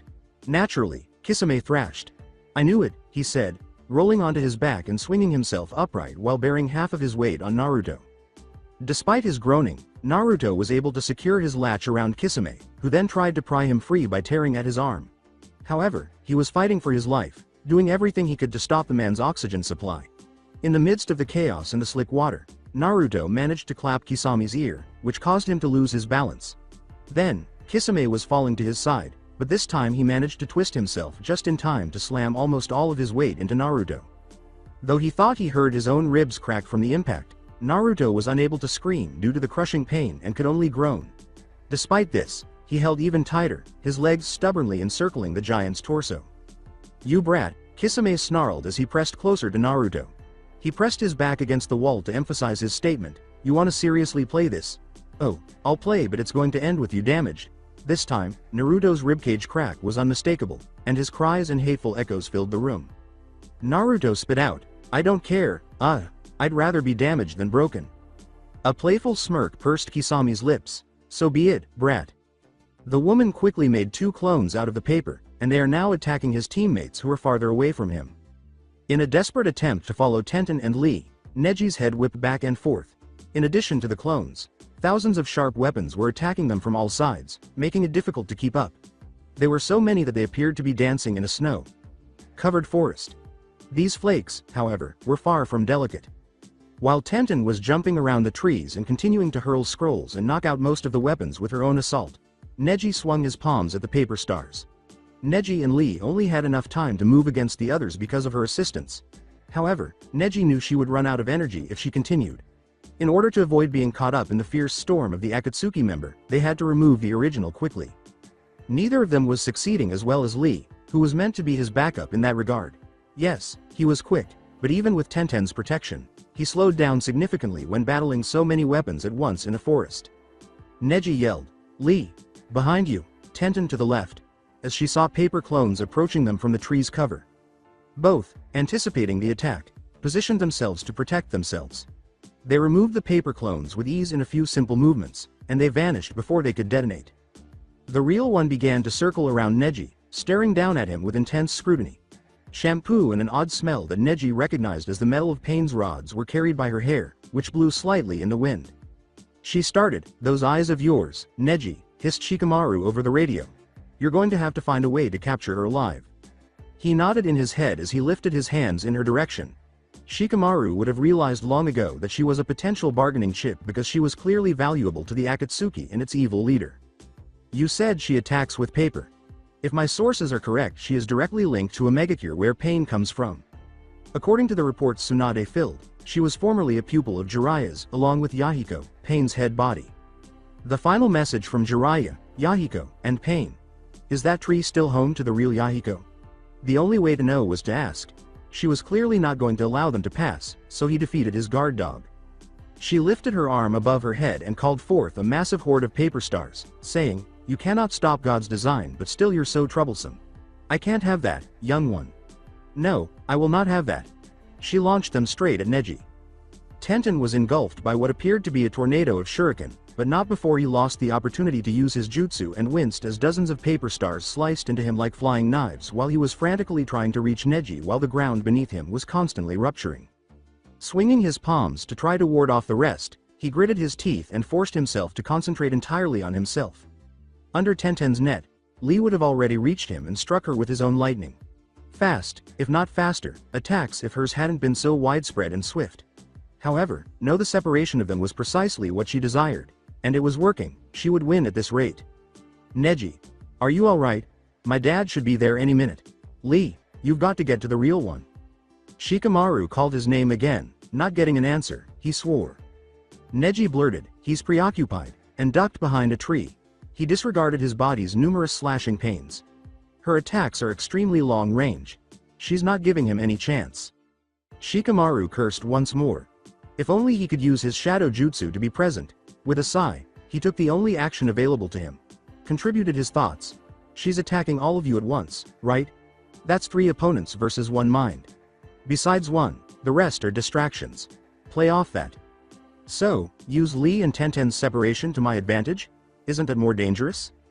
I don't see any other logical choice, if she's so widespread in her attacks. Just don't let her wipe you guys out one by one like she's no doubt planning to." Conan looked on in disgust. Despite their youth, this team was stronger than she had initially thought, especially since they were shinobi from Konoha. Didn't Pain simply eliminate them all? When their village was reduced to rubble, they shouldn't have been able to fight. In terms of projectile production, the weapon thrower almost equaled her but appeared to be running out. Her ability to block every blade with her own had diminished since the beginning of the battle. Now she had no value.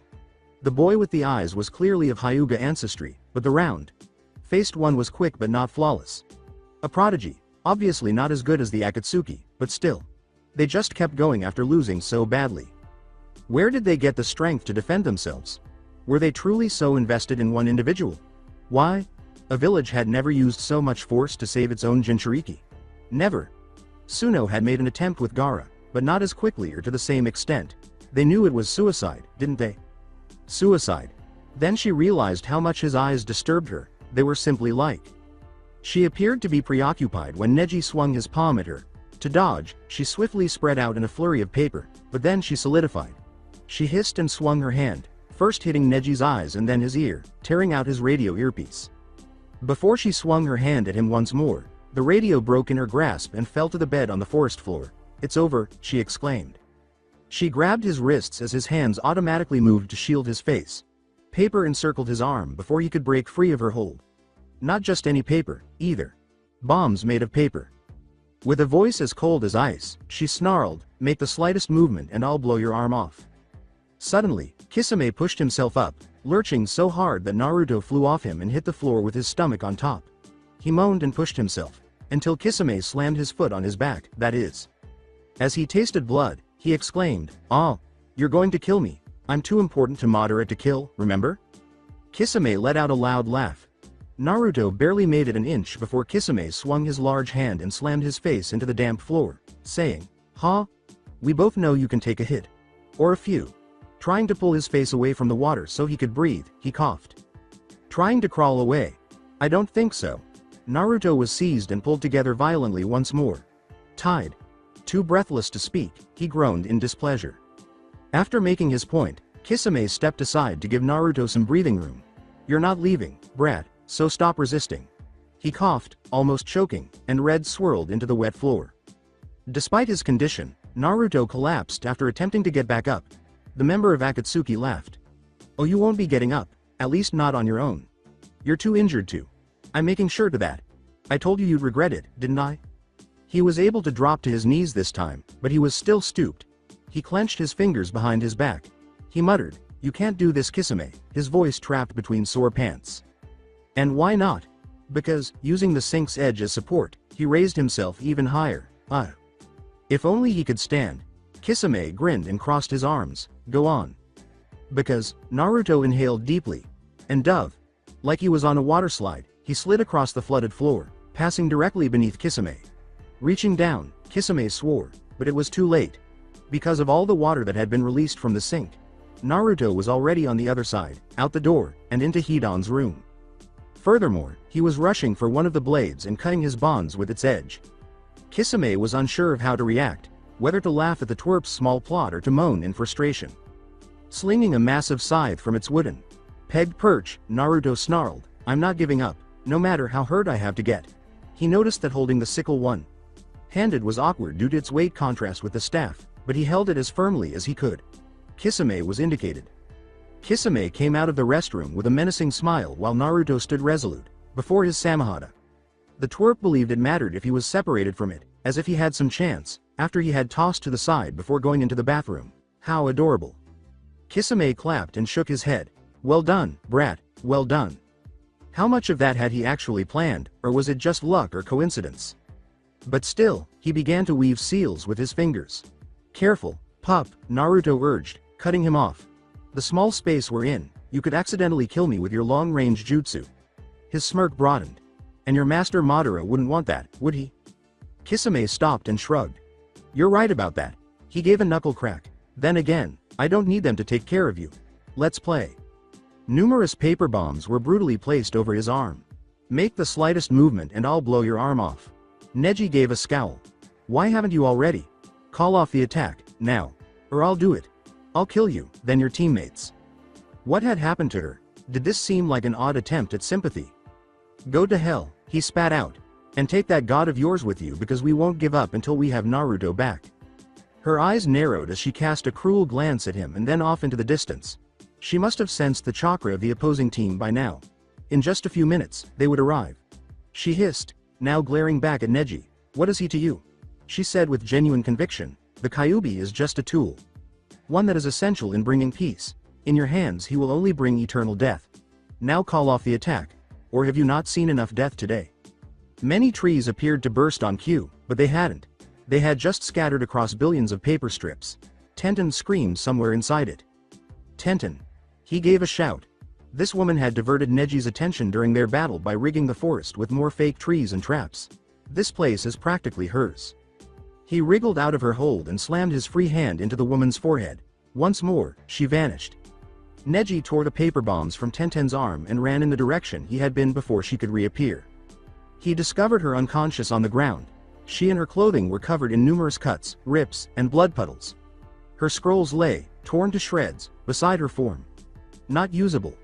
With her gone, Lee had nothing to shield him from the woman's barrage of weapons. Additionally, he could now hear Lee shouting and moaning as he frantically tried to avoid the millions of traps she had set for him. Neji couldn't protect Tenten if he attempted to block them for Lee. In their battle, this woman had been able to keep them all apart. She had underestimated them, though. Neji called into Tenten's radio. Lee, I'd like a private meeting with Lee. Lee's face as the leader searched for something among the debris. Here, neon lights no longer provided illumination. Instead, they contributed to the devastation. Neji? He inquired anxiously. What was the purpose of your meeting? Then he located it, freed it from a crate that had somehow survived, and attempted to give it to Lee, who refused to accept it and just stared at it incredulously. I can't. The final card had to be drawn. It's not an auction anymore. You have to, for once, for Naruto. Nervously, he swallowed. But my promise to Guy, Sensei, he said. Though he couldn't fathom opposing him, Lee genuinely loved his sensei. There was a sound, and she crawled out from beneath a piece of wood, her pink hair glowing in the smoky darkness. Sakura. Lee. She uttered feebly, dragging the owner of the demolished store, an unconscious man, along with her. Please. Naruto must be saved. I am unable to accompany you all. I have to stay with everyone else because I'm a medic. As with Gaara, Naruto will be killed if you, Neji, and the rest of the retrieval squad don't give it their all. I like this man here. Do you recall? And like the cage, no one will be able to bring him back this time. Please, for myself. At first glance, anyone would have assumed that the woman had underestimated Lee, even though she had strategically eliminated Tenten. Lee swallowed, his heart aching more than ever at the sight of Sakura's tears. For me, please. Since Naruto was his friend, he couldn't imagine Sakura without him. Lee never wanted her to be alone or to think about the one friend they all lost so many years ago, and Naruto was always there when Lee wasn't. No, he would never again lose a shinobi to the forces of evil. Thus, he drank the alcoholic beverage. Drink it right away, they were going around one another. Gazing down at Kisame, Naruto's eyes gleamed, the blue of his irises icy cold. You're going to let me out of here, Kisame? He said. And even if I did let you waltz right back to the foyer, do you think you could move that boulder without chakra? The shark man asked, laughing and clenching his fists. It requires more than just physical strength. Naruto, it requires a unique chakra signal. Similar to a password. When you don't know. His pointed teeth glistened in the candlelight, adding to the sense that Naruto was imprisoned. Don't be afraid of this freak, Naruto. The teenager actually grinned and said, then you'll move it for me too. And I'll make sure to let the Hokage know that you helped me escape when you do. When I return to demolish this place, she might show you some mercy. With a laugh, the giant man hooted, Clemency. From a soft village like yours, who says I wouldn't want any? Naruto braced himself and swung the scythe crazily in front of him as he charged forward, saying, back off Buster. Fudge. What's this guy made of? No, I didn't hit him hard enough. The dark blade hardly scratched him, only made a scratch like a cat's scratch, and Naruto jumped back. While Naruto started to pull the awkward weaponized staff back up with his single hand, Kisame lurched forward, clobbering him. Naruto had to force his hand to steel as he made another wide swing at Kisame, this time with more force and momentum. Kisame ducked, and the leading sickle of the three-piece scythe skidded across the wall, creating sparks. Oh no! There was a spray of liquid, either blood or water, but Naruto didn't care. He kept himself occupied trying to run away from it and the enormous brute. The next adrenaline rush gave him just enough energy to yank the blade back hard to defend himself, this time striking Kisame. After he struck the wall and stood there with perspiration streaming down his face, Kisame abruptly reappeared in front of him with his enormous hands encircling one of the sickles. He yelled with delight, "Here's the thing, kid. You have no idea what you're doing." He twisted the blade on that, and even as Naruto held the staff, the device began to disassemble and fall to the ground in a heap of sickles and thick thread that resembled metal. Ah! My scythe! With a devilish smile, Kisame kicked the blades from Hidan's weapon aside and said, I've sparred Hidan enough to know how his devices work. Naruto stared wide-eyed and slithered away against the wall as Kisame stepped forward, his dark face outlined in blood, making him appear even more menacing as he grasped the hilt of his own weapon, the Samahata, nearer the door. Everything. Unmarried. One. Yeah, stuttering, he said, how about this? He struck Kisame in the face with the bare staff. When it hit, he ran for it without pausing to observe the others. He ran straight out the door and down the hall, where he could see the foyer. Kisame would have expected him to run through it, so he had to turn around and catch him off guard if he was going to win. When he suddenly stopped, he ran for the closest passageway he could see.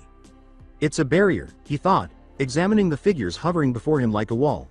He could almost see some crates on the opposite side, from which a variety of weapons glinted. It must be the armory. Madara must have sealed it up before he left, which is unfortunate because I could have used it as well. He began running again when he heard a noise. Kisame was approaching. Fortunately, the wing's next and last entrance was unbarred, so he ran inside and found himself surrounded by a library. A vast area made entirely of tall shelves that were crammed with books and scrolls. It was the ideal place to hide. Since he was smaller than Kisame, he could squeeze through confined spaces, so for once he felt like he could actually do this. He was going to be put to the test, or so he hoped. He heard Kisami's footsteps approaching as he dove into the numerous labyrinthine shelves. Then he spoke. Don't hide, kid. Your chakra is palpable to me. You're in here, I know that. Not for long, Shark.Man. Not for long. Naruto grinned as he climbed up one of the shelves to gain a better view and, moreover, he could easily get a good jump on Kisame from above. With a naive smile, the green-suited member threw the empty bottle at a tree after finishing the strong alcoholic beverage. It wouldn't be long now. This enemy was too strong to hold back on. It would take speed to break her defense, and the only thing faster than Neji was Lee's drunken fist style. Using Lee in this way was risky because he lacked control while intoxicated, but they had no choice. Neji winced as he lifted Tenten into his arms and leapt to the top of a tree and laid her on one of its enormous branches for safety. Now then, he smirked and jumped in front of the woman who was hovering in the air, trying to figure them out. "Wait, Tenten," he whispered, holding her gently against the bark. He immediately tore off his sleeve and delicately wrapped it around a nasty-looking wound on her head. "Hey Lee." The team leader moaned from the impact but quickly scooted to the side, knowing it was far from over. He cried, swinging his palms towards her, "Fast!" She ran back, about to summon her paper, when Lee came at her like a bullet, faster than her paper could even try to stop him this time. Lee also collided with Neji. "Ha ha ha!" Lee swung his fist wildly at her as he laughed, saying, "That was fun. I curse you." She flew up, aiming to kick his face, but he swerved to the side with inhuman speed, surprising her. "Ha! I can't be caught." She concentrated her paper in her frenzied hands, creating a massive spike-like shape that was taller than she was. "Take this, Dan Shikigami." This time, Neji was on her, using his gentle fist style to slap her hands apart. "I don't think so, now Lee." He needed to leave her before Lee attacked, so the timing was crucial. 8 trigrams, air palm. She was launched into Lee's trajectory and sent flying back with a sucking whoosh of air. Whoa! She hadn't even had time to defend herself before Lee swung his leg at her, still stunned by Neji's powerful blow, when the kick connected and sent her flying again, this time crashing into a tree, which she slammed hard into, almost shattering it, as many bones snapped and made terrible cracking noises. After releasing herself from the wood, she groaned, "No, what the hell are you? You see, it's all still pointless. How is this clown keeping up with me?" She countered angrily, and the drunk simply laughed again. When Conan noticed a flash in the woods, a smear of color that could only mean backup, her eyes widened in horror. Nagato doesn't have time for this, and neither do we. The thought of Nagato being in danger was the only thing that could shatter the impassive shell that had been forged into her, and she could feel her personality change into one of desperation. Nagato had too little chakra to tolerate these idiots once more, and they were too foolish to give up. And she. Guy. Sensei. Lee bellowed happily, racing at her. It was now at the point where Neji couldn't even attempt to intervene. Lee was way too dangerous in this state.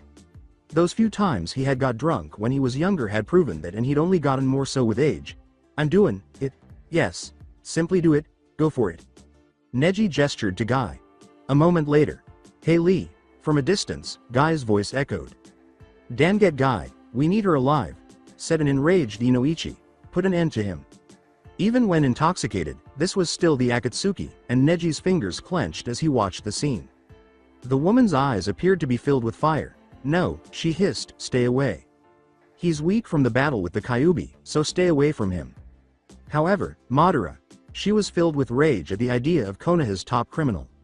Neji thought she would attack again, but the clone spread its wings and flew away. In addition, a wall of explosive paper suddenly appeared, blocking their path. She screamed, sending paper flying from her body and chakra in monstrous amounts, much more than was safe for her own body. They had to keep their attention on catching her, and pursuing it would be suicide. She muttered, "Go on ahead, leave," before succumbing to the all-consuming darkness. "Hey Lee." Dust and leaves flew up as Guy skidded to a stop by his pupil. His pupil was smiling like an idiot, completely in a drunken stupor. "Hi, Guy," he said, laughing and wiggling his fingers in a dumb wave. He. Tat Taimed. Was it for a suicide attack? No. Guy scowled before glaring at Neji, who was still gazing off into the direction the chakra-filled clone had taken, or rather, at the potentially hazardous wall that blocked its view. Guy knocked Lee unconscious with a quick blow before he could get back up, and although he didn't enjoy it, it was better than chasing him, not again. "Where is Tenten?" His face contorted into a worried expression as he saw the numerous wounds covering his students. "I should have gotten here faster, my team, torn to bits," he said to Neji, cradling the unconscious Lee in his arms. "It's not life-threatening, but she lost consciousness. I placed her there." The blonde put his hand on her forehead and hissed, "You won't be waking up until interrogation." Shikaku and Inoichi, meanwhile, rushed to the fallen Akatsuki member as soon as they saw her. As he focused on her unconscious mind, ensuring that it remained that way, his brow furrowed. Pulling some cuffs from a scroll, Shikaku muttered, "I can't believe we actually caught one." As the two men continued to stare at the woman, Guy remarked, "But, where's the other one? Neji?" He blinked. She must have been protecting him. Why didn't she kill us on multiple occasions? It seemed as though she was holding back. Neji. Neji's train of thought was interrupted by Inoichi's shout, "We'll deal with her. Scout out pain with your Byakugan." Yes. Nevertheless, Neji didn't need to waste chakra to see that pain was no longer there. He was speeding through after neutralizing the wall of explosives with a spin of his jutsu. He ran to the location of the enormous fake tree, but when he arrived, he discovered that there was nobody there. Just a rapidly decomposing clone and a trail of dust and smoke. Evidence of some kind of transportation jutsu. So, he muttered, "She is his lamb, and he has gotten away with it." That's why Pain was at the hideout a mere second later. "He's here," Naruto said, closing his eyes and cursing as he felt the pain in his bones and wanted to throw up. "I'm so screwed. 1 against 7, I can't do this. I really can't."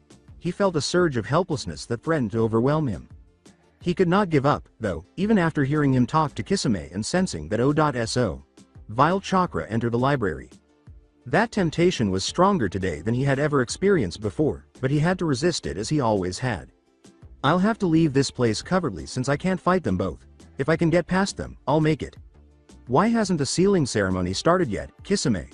Footsteps and a weary. The Hachibi turned out to be a dud. Must have alerted Kisame that he was also present. As he crawled carefully along the shelf, making no noise at all, Naruto wondered, a dud? How had the Hachibi's Jinchuriki managed to fool even the Akatsuki? Only 3 shelves from what seemed to be another entrance from the one he had entered through, and then, forget what Kisame said about the secrete chakra signal, he didn't need it. He claimed that the Kyuubi must come last, that is correct.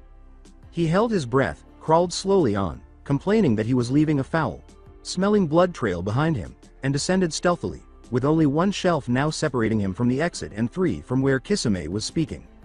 Or so he believed. Now, where is Madara? Went to retrieve Sasuke again, to bring him back here. He hesitated, listening intently, daring not to breathe, wondering if their voices sounded closer. Something about the writing on its end seemed familiar to him, but he couldn't quite place it, so he started reaching for it when he noticed a glittering surface in the corner, halfway between some dustier scrolls. "I understand. What about the host? My Kyuubi is where?" Oh no, there was a loud slam, and the shelf beneath Naruto began to wobble, almost toppling over, and he missed the edge, falling with what must have been hundreds of scrolls, landing on the ground before the 2 Akatsuki members coughed from the dust they had brought with them. Gosh! When Kisame grabbed him by his red cloak and slammed him in the face, he stumbled to his knees and said, "He's been causing trouble, leader. Sama." Spitting blood, Naruto moaned, "You're a bye." This time, the man laughed as though he was making a joke, and he punched him in the stomach. "What was that, little puppy?" Pain muttered, "Kisame, that's enough." The monster who had brought him here only fell to his knees, gasping from the blow, and Kisame released his cloak and shook his head, but Naruto's eyes narrowed and his fists trembled, unable to force himself to look at the owner of that stolen voice. Breathing was painful, coughing was painful, and forcing himself to stop didn't help. He was the one who caused this. Since arriving here, he has attempted to run 2 or 3 times. Is it? It's surprising he still has so much fight in him. Naruto could feel Pain's eyes boring into him. In such a short time.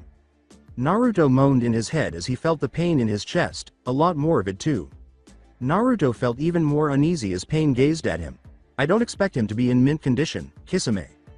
Naruto squirmed, but to no avail, as his fingers gripped his chin and forced his face up so he could examine it, not cruelly, as Madara had done earlier, but out of genuine curiosity. "As long as there are no hazards that could result in an unintentional death, I don't care how damaged he is. Especially since the Hachibi must live until we retake him." "What are you saying? It's not as though I've totally destroyed him." "Well, his breathing is strange in addition to the blood on his lips. Shallow. How long has he been having trouble with it, prior to just now falling?" Expecting an explanation, the odd eyes darted to Kisame's. "He's been disobedient, as I mentioned," Kisame said, rubbing the back of his head almost sheepishly. "It's possible that I broke some of his ribs." Did you also think about the dangers of lung punctures? He could be killed in a few minutes by such mishaps. Regardless, the Kyuubi is too valuable to us, and the Taka's medic will need to fix it. He wanted to say, "Don't touch me," but his lips wouldn't form the words. Risks? Commodity? Naruto jerked his head free and scooted back from the two until his back struck the shelf behind them. Believe me, he's fine. In any case, we'll have to confine Madara until he arrives. We'll probably need some old-fashioned chains, too. Let me get some, he said with a hint of amused smugness, which made Naruto roll his eyes and complain further. Kisame was enjoying himself too much. Excellent. While Madara is waiting, I can sense his chakra, so it shouldn't be long. The fact that Naruto was enraged and that his run, Kisame, and everyone else had taken a toll on him was even worse. However, it couldn't end this way. He couldn't afford to be bound once more, by chains, no less, like a freaking dog. He muttered, "You can't do this," and then gave Pain a direct, intense glare. "I won't stay here." The puppet said, looking down at him, "It is not your place to say what you will and won't do," adding that what is inside of you now belongs to me. I own you. His knees swayed and white spots briefly obscured his vision as Naruto gritted his teeth and forced himself to stand. Screw you. He fell once more, and this time, despite his ribs hurting, he managed to get up even more slowly. And you can bet that as soon as I return home, I'll be back to rip you guys to pieces. Trust me. Justice will be served for your actions. Crap. He grimaced. He couldn't afford to grieve yet, he had to get away, he couldn't allow himself to think about his sensei and everyone else. Justice? I think we've already had that conversation, Pain sneered. Not my side. The world seemed to rumble and shake as it started its heavy descent, and he instinctively rushed toward one of the open sections between the wooden boards, squeezing through it and starting to climb free and run over the fallen shelf, not caring to look back, even when he'd heard Pain's protective jutsu activate just seconds earlier. Then he grabbed onto the shelf behind him and pushed with all his might to cause it to fall on them. Without turning around, they ran for their lives, past the door, through the hallway, and into the foyer. Have to leave, was all he could think as he sped forward, ignoring the voices behind him and the ease with which they could catch up to him and punish him for fleeing, since that had worked so well for him the last time. Even though he was certain that he would be stopped before he reached the boulder, he continued to run, keeping his eyes fixed on the goal, freedom, because it was all or nothing. The boulder was visible to him, it was open. Doors of the shoji screen are covered in a new, crimson liquid that is burning. Abruptly, a burst of orange, red, and black, Madara. He dashed through, ignoring that brief moment of amusement. It would have been easy for Madara to grab him, but he hadn't. Splatters and streaks of crimson liquid burning across the paper. Outside, the fading world cried out for him to continue. He was almost there, he was headed home. Then, suddenly, there was a blur, and he slammed into it. A person, actually, with a thud. In the panels, shadows danced before falling. Regardless, it was Madara's error, which is why he had not moved. Avoid me. After yelling and futilely beating at the figure obstructing his path, Naruto suddenly felt a chilling sense of familiarity and a pair of menacing red eyes staring at him with such intensity that it made him want to throw up. A lone figure remains. A voice hissed, familiar but cruel, and a pale hand grabbed his wrists. A scream from a young boy and a lone figure. He was aware of the boy's identity. But no more. Cease. A fool. Naruto was only separated from freedom by one thing. Since he was only a human, the next decision was made automatically. Get out of my way, yelled Naruto, charging ahead. He had to go. This was his only guiding thought until he was suddenly overcome by a chilling sense of familiarity, of a pair of menacing red eyes staring at him with such intensity that it made him want to throw up. As a left-handed person, he nearly did. Who did he know was left-handed again? Took hold of his wrist. A voice hissed, familiar but cruel. Stop, idiot. That voice. His voice was broken as he whispered, Sasuke? No. He stepped back, attempting to prove what he was certain was a figment of his imagination and a misunderstanding. Seeing things seemed plausible given his current state. The hallucination wore clothes that were very similar to those of Sasuke. His pants were still from his Orochimaru days, and his shirt looked like the Sasuke of old. The hair, which had previously been parted, was now covering the hallucination's forehead, giving him a shady and dangerous appearance. And his eyes, that fierce, firm line of his mouth, that intense gaze. No, it could not be mistaken. Only Sasuke could have them. Sasuke. The exit slammed behind them as Naruto processed this. Although there were people behind Sasuke, Naruto was only paying attention to him, so they were only a blur. And he wasn't particularly hurt by the boulder returning to its original position. It was that Sasuke was actually following the masked man inside the Akatsuki's hiding place. He had no rope, and there was no other sign that he had been brought here against his will, unlike Naruto. And there was no sign that he was there to attack the malevolent group. As Madara had stated, Sasuke was with the Akatsuki, however. The times Itachi tortured him, broke his wrist, threw him in Tsukuyomi, taunted him, denigrated him, and killed his parents and his entire clan. The fact that Itachi's destruction had become his only reason for living, and all the oaths. And his old organization was Itachi's. He croaked, "Sasuke, once more. What are you doing here?" He kept telling himself that this was a misunderstanding because he was naive, but he knew better in his heart. And his heart was split in two. Was Konoha truly no longer important to him? Group 7? Was he truly that low? With narrowed eyes, Sasuke attempted to push Naruto away. He yelled, "Oh heck no," and blocked Sasuke's path. "You're not going to just push me away and ignore me. I want an answer." He had Sasuke's back to him. "Madara, do something about him, will you? Answer me, Sasuke." It was very quiet in the foyer. Nobody made a move. Madara's eye glinted with an anticipatory sneer, though. At last, Sasuke faced him with a ruthless expression. Despite his internal turmoil, Naruto refused to back down. He repeated, very slowly, "Why are you here?" To give Sasuke one final opportunity, one final benefit of the doubt. "You know why." Naruto squinted his eyes. Leaning close to him, he whispered so that no one else could hear. "You're really undercover? You're just using them, right?" It must have been that. There was nothing else that made sense. He must have chosen to blame the Akatsuki for what they did to him after killing Itachi. Naruto always believed he would be a good double crosser. With Orochimaru, he had demonstrated that. He's good, you see. There must be a big plan behind this. Sasuke grinned malevolently. "No," he said louder, clearly unconcerned about whether the others heard him. "They have the resources I need to destroy Konoha. Satisfied now?" The Uchiha was struck squarely in the face. He stumbled back a moment, then got back up just as fast. Naruto didn't even notice that hot liquid was dripping down his fingers. Simply held his quivering arm while standing there. "What is wrong with you? Are you screwing with me? You know how stupid that just sounded? Konoha was just demolished and you pick now to try to get a sense of humor? Totally uncalled for, you jerk. You don't joke like that." Sasuke wiped his lips of the blood. "I don't play games like you do." Thus, he took it very seriously. Naruto was trembling with rage. However, Sasuke remained silent despite his skin turning red. Anyone else would have been knocked down by the force of the punch, which was so full of years of animosity over his lost teammate, but Sasuke was too skilled for that. He seemed to be completely unaware of it. Only supported by the force. Was there nothing the scumbag felt? What had made him so cold-hearted and... Naruto's anger was roiling inside of him, almost possessively. The same way it had lapping at him on the bridge with Orochimaru. He could feel it now, but without the tendrils of the Kyuubi's chakra. Anger, pure and simple, and plenty of it. Kakashi. Sensei is dead now because of them. The village is gone and the woman who once healed you after that episode in Shukuba town is possibly lying on her deathbed as well. I mean, she could die after exerting her chakra from trying to protect everyone from Pain's attack.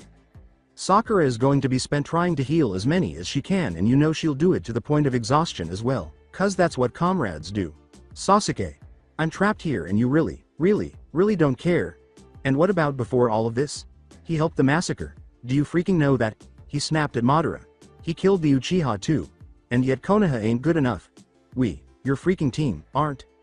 He spoke in a voice full of rage and despair. So that's it. You're just a bad guy now. He spat, his words exploding out of his mouth without conscious thought. Boy. Your brother would be so freaking proud. You satisfied you killed him, you jerk? 'Cause maybe he should have killed you a long time ago. Maybe that was his biggest mistake. His mistake was missing you. Now the room was dead silent. A few of the strangers' mouths fell open, and with good reason. It seems that Sasuke had only one trigger, and Naruto had just set it off, despite the fact that he had spoken angrily. Don't you ever speak of Itachi, Sasuke yelled, using a vicious backhand. One of the strangers whistled amusedly behind him. He done it now, catfight. Red-faced, Naruto was already charging forward when their limbs swung and blood flicked, tying them together. They viciously kicked and punched each other, driven by pure rage and vent. Through the slugs and the confusion, Naruto managed to hear a girl yelling, "Stop it," followed by a fit of uncontrollable laughter that echoed like a lunatic's howl throughout the entire cave. Soon after, Madara and Pain attempted to separate them. Before Naruto felt Pain's rod drive into his leg, he heard it being pulled out, and he got one last slug in that self-centered, obstinate, foolish face before realizing that the strange power of his metallic weapon would cripple him. Wham! Both of them were violently separated, their noses bleeding. Sasuke is in better shape than Naruto. Even though his leg became numb, he continued to fight back. "Let me go. I'm not finished with him yet." Pain yanked him back, but his arms remained firm. Madara had grabbed Sasuke's bicep and was attempting to drag the irate teenager away. "That's enough, Sasuke." "Stop, Naruto." "No, let me finish this," squirmed Naruto. Then, like a magnet, Sasuke's spinning tomo drew Naruto's attention. The intense gaze that wanted to kill him drew him in. Even in his stomach, he sensed Sasuke's ruthless intent to kill him. How he had changed in the last few days. It was obvious to Naruto that Sasuke had changed. And it felt like it was tearing his chest apart, more painful than all of his other pains combined. Sasuke. His throat. His chest. Something was actually tearing through it. So much so that he coughed violently and fell flat in Pain's shackled arms. Doubling. Did he choke? That wasn't this. He felt as though he was about to throw up, but what was coming up had to be solid, and it made him cry, which made his vision even more blurry. Sasuke was stunned enough to stop. Naruto was able to hunch over on his hands and knees after being jerked by Pain. "Get it out, Naruto." And he did, albeit not on his own initiative. It appeared suddenly, tore through him until his jaw was being forced open, tasted terrible, and the new black, feathered visitor was now the center of attention in the silence. Naruto was initially too perplexed. Through his teary eyes, he hadn't even been able to identify what it was. All he saw was a blur. A blur. Just a glimmer of red and a dark smudge. A crow. But why was there a crow inside of him? Who would have? Oh, now he remembered. However, Sasuke was the first to voice it. That bird is Itachi's. Everyone was now looking at Naruto with a mix of shock and curiosity. Sasuke stood motionless, his eyes black, and Madara said slowly, "Itachi evidently approached you at some point in time, letting go of his arm." "Why?" snarled Sasuke. "How did you get that?" Naruto wiped his face and muttered, "Doesn't matter." He stood up shakily. None of it matters. He got a headache from all the questions that came up at once. Why? For what reason? When? When the crow screamed, followed by the loud, evil-sounding cackling of a madman, once more and more outbursts from the group of strangers who appeared to be attempting to encircle the screamer. Naruto realized that his only option was to use the moment as a diversion and flee. There was nothing else at all. He quickly grabbed the rod from his leg and hurled it in Pain's direction. Naruto didn't know if Pain's hands or his protective jutsu had pushed him away after that. He simply tried to roll away and up using its momentum and distance before running away before anything else could be done. And he ran, every breath hurting, his throat raw, his leg almost numb. The howl went on. "Ha ha ha, kill, something to kill, ha, I'll kill everything." The voice of a youth. "Come on already, ya freak." The voice of a girl. "Sasuke, help." Every sound, every step, every breath made his head race. Naruto didn't get very far or finish the course. It's Kisami's turn this time. He was completely overturned. Rooted. And things became worse after he responded to the Akatsuki member in a not.so wise manner. This is a minute of awkwardness. Overkill, obviously, but necessary. Sasuke let his Sharingan deactivate with a sigh, their soothing power no longer necessary for the chaos that had just erupted. Madara stooped to pick up the crow, fingers enclosing it, as if she didn't notice or care about any of it. "I understand your frustration about not knowing how this came to be, Sasuke, but don't worry. I also desire to know and will find out why and what purpose Itachi met him for. All right. Do. At this point, it shouldn't take too much persuasion." There was a cry and several cracks. The bird in Madara's hands screeched as he turned to leave. Sasuke.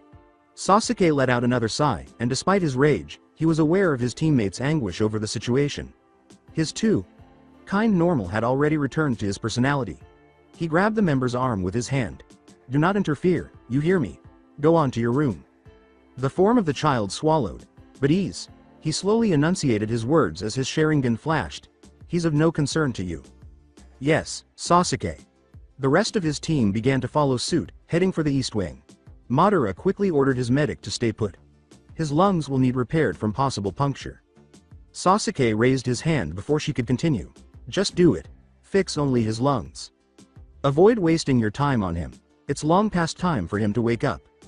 Sasuke halted in the middle of his stride and turned his face back before vanishing along with the rest of his members through the dim hallway.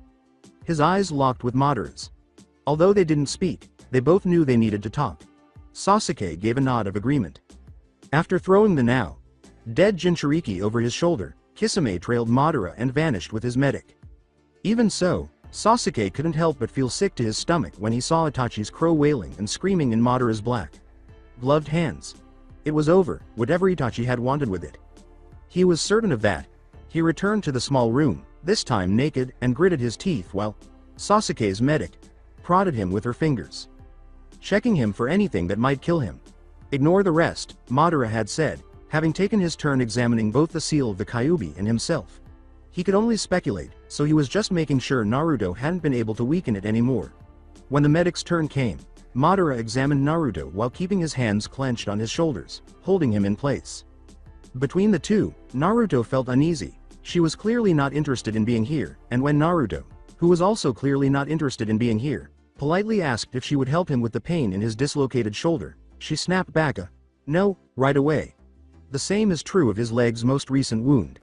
It was throbbing and bleeding heavily, but all his other wounds had dried by now. Madara never brought up the girl's name, and he doubted that she would even bother to ask. In any event, he did not perceive Sasuke's medic, or four eyes, as he liked to refer to her, as a medical professional. Her lips were glossy and she had a strong perfume odor. She moved rough, which was unusual for a medic. She poked at him, her nails hurting especially. Whatever it was that girls did to their fingernails, he reasoned, she must have regular pedicures. He was unaware of many shinobi, whether or not they were medics, who worked so hard to maintain such a shallow appearance. Yes, to a certain extent, such as with Ino or Sakura, who are typically overwhelmed by their hair care supplies and the numerous bottles they must use in a single washing, even during missions when no one is around to impress. Aside from the fact that she wore traditional ninja sandals and had a slender body with strong muscles, both of which are characteristics of kunoichi, there was nothing else about her that suggested she was a shinobi. Her other clothing bore no resemblance to any of the shinobi styles of other villages. Heck, there was no indication that she had any medical certification, and he bet she didn't. The only thing he was certain of about her was that she disliked him for some reason. Not at all. As though he had personally offended her in some way. Perhaps it's just that she's a redhead. She forced his mouth open and examined it, pressing her fingers firmly against his jawbone and cheeks. He could see his mouth in the reflection of her glasses as they glinted over him. Blood rivulets formed from the dark red that lingered between his lips and teeth. It kind of grossed him out, to be honest. The fact that he could taste and smell it as well didn't make the experience any more enjoyable. He wasn't feeling well. Both indoors and out, they clearly weren't going to allow him to fully recover. Harshly, take a deep breath, she said. Naruto immediately regretted obeying. How could a function so fundamental cause such pain? When her fingers touched the various spots on his ribs, he hissed, and when they touched the middle part, he started back. Ow. Saying, middle ribs, the others are cracked but the middle being broke like it is. The masked man's voice was cold and harsh. He's not allowed to die until we have sealed the Hachibi. Fix it. She paused. My healing abilities work, orally. A few times, Naruto blinked. Once more, fix it. She let out a frustrated sigh, but she was afraid of upsetting the man. He pulled her sleeve up, and Naruto watched. What was she? Bite. Huh? She said impatiently, my chakra can heal you, but you have to eat it, so bite now. I'm not going to do that, you nuts? It's just a medical ninjutsu. Are you really so immature? As he started to notice the scars, his voice trailed off. I don't care if it's just a jutsu. They were all over her arm. They are all in the form of bite marks. He was unable to look away from them. Who was she? And above all, who could have left her with so many scars? They must have all been hurt. Madara lost patience and started grabbing for his head, so he shouldn't have concentrated on that. He tried to jerk back, but he ended up getting caught in his grasp even more. No, he gasped. Naruto believed the man's jaw would shatter from the force with which his fingers clenched on it. With one hand, he pushed Naruto's chin upward, and with the other, he slammed his head downward, causing Naruto's teeth to tear through her flesh. He was horrified as the taste of skin and blood filled his mouth, mingling with his own tainted saliva. and he heard her hiss in pain. However, he experienced a unique rush of life within it for a brief moment, and he yearned for it then, to feel normal again, to be healed. And it smashed into him. He felt himself enjoy the pleasure until he was reminded of the arm in his mouth. The healing power rushed to his rib cage, miraculously pulling them from his lungs, relieving the pain there, and enabling him to breathe without it, and he was ashamed of it. She withdrew, her arm bleeding, after it was finished and his ribs had healed. Before he could apologize, she hurried off. And he really did. They had her name, but he didn't even know it yet. His face flushed with anger and guilt at the idea of giving that girl another scar. Madara had finally retreated and turned to face him by that point. Naruto yelled, "Why would you do that to her? I would have rather endured some lung damage than." As his callous attitude and the mask in front of him really irritated him. "It was necessary," he calmly answered. "As I said before, you are not allowed to die. If you find it so grievous, you will not allow yourself to be fatally harmed again." With a sneer, Naruto started putting his shirt back on, attempting to ignore its condition. Clothes and all, he would jump into a hot spring as soon as he left this place. "It was Kisami's doing, but yet you guys accuse me of puncturing my lungs? It's not exactly pleasant." With a bored sigh, Madara started to extract a short chain. "I'm sure it was implied that you were to stay in here for the time being when I left." He secured one end of it to a circular loop that protruded along the wall. "Had you been obedient, and not tried to fight Kisame, it wouldn't have happened." Naruto noticed a shackle cuff at the other end of the chain. "Fantastic." The man's eye narrowed accusingly as he said, "You ran, so you ended up getting hurt. And as for the girl? That jutsu takes two to work. You willingly took from her." Naruto twitched at that implication alone. "Screw you," he yelled as he immediately stood up and confronted the man. Pointing a finger at it, or mask, more accurately. More anger flared within him than any fear the man could ever hope to arouse. "Don't put any of this on me. It's your fault. All of it." Madara caught Naruto from behind as his swipe went through the air and he fell from the momentum. He grabbed his bad arm and pushed him, making Naruto freeze, his shoulder exploding in agony. He locked the iron around an ankle with the other arm, keeping him motionless. Locking him near the wall, about 2 feet away. He took hold of Naruto's middle and forefinger and said, "You're sloppy and your emotions are too easy. I suggest you get some rest before you try to attack me again, Naruto." But then again, he quickly snapped the fingers, saying, "There won't be another time." Furthermore, had you not ran, you would have been relatively left alone. We have no need of you personally, just the Kyuubi. You're just holding it for us until we are ready to seal it. Everything that will come on side will only be brought on either by your actions or those of you village, not simply for our enjoyment." He growled and got back up, clutching his injured fingers. "Could have fooled me," he said. He straightened his back and wrapped them in some ripped cloth, as if that would help. The few members who had no true reasons for being a part of our group besides their strength, the sadists, were taken out by your village because they were weak in will. But the rest of us aren't. Nothing is done by us without purpose, and that purpose is peace. His teeth were gritted as he spoke, nearly laughing as his body trembled with rage. He glared at him, his eyes blazing with defiance as he attempted to jerk his foot free, saying, "I know what you're doing. You're trying to manipulate me. Just like you must have done with Sasuke. But it's not going to work. And whatever you did to him, I'll reverse it." The man scoffed. "You think us to be monsters, Naruto. And that's where you are wrong. We are not monsters lurking under the bed, spiriting the weak away. He is here of his own free will. And you? The fourth sealed your fate. That is the only reason you are here." Madara. With a rather large basin of water in his hands, Zetsu had entered. Madara took it from him, looking as unimpressed as ever. Naruto sighed as he saw him put it down in front of him. It could only serve one purpose, and it could take at least 2 different forms. 3, if electricity were involved. "Now then, since you are here, we might as well get some information." With his fingers gripping the chain more tightly, Naruto swiveled his head. He pulled on it more forcefully. He didn't want this more than he could possibly put into words. He remarked, "Give me a fair fight, you already had it. And you lost. Now then, that seal on your back took enough chakra that I'm going to have to resort to this the old-fashioned way. You're going to talk to me about that crow of yours." He spit out, "It's not your business, the one as pertains to can grow a pair and ask me himself." Madara laughed. "You're not worth his time of day, as you so clearly saw earlier." Naruto glared and scoffed. Directly in the eye. Madara sighed inwardly. He still had a lot of fight left in him despite the pain, and that kind of spirit would thwart any outcomes from the subsequent interrogation. However, he only needed to weaken his spirit beforehand if it was strong. Naruto gave a defiant snicker. He pulled the chain firmly and said, "And even if I can't escape, my village will find me. Then. Don't give." It only made him more enraged. "And boy, I can't wait to see you get it." Naruto was startled by the man's loud laughter. He responded to Naruto's perplexed look by saying, "Your village isn't going to find you. In fact, even if they were close by, they wouldn't even know you're here. Not only is this place protected by seals meant to cloak us, but the seal on your back prevents an outside party sensing and feeling the kyubis in your chakra. You really are just a normal human being now. True, that means we can't keep constant tabs on your whereabouts with it on as well, but that won't matter. Where jutsu ends, science begins." "Science? Is there a tracker in him?" Leaning forward, the man approached the boy's blazing glare. "Besides, the only connection your village has to our location is Pain's residing. And the last time someone tried infiltrating it, what happened to that ninja again?" Like he had been stabbed, Naruto winced. "And you want more to follow his tracks? Shut up. Anyone who chases after us will share his fate." He pushed forward to slug the man again, furiously. Madara's fist landed weakly against his bicep after he stepped to the side at the last second.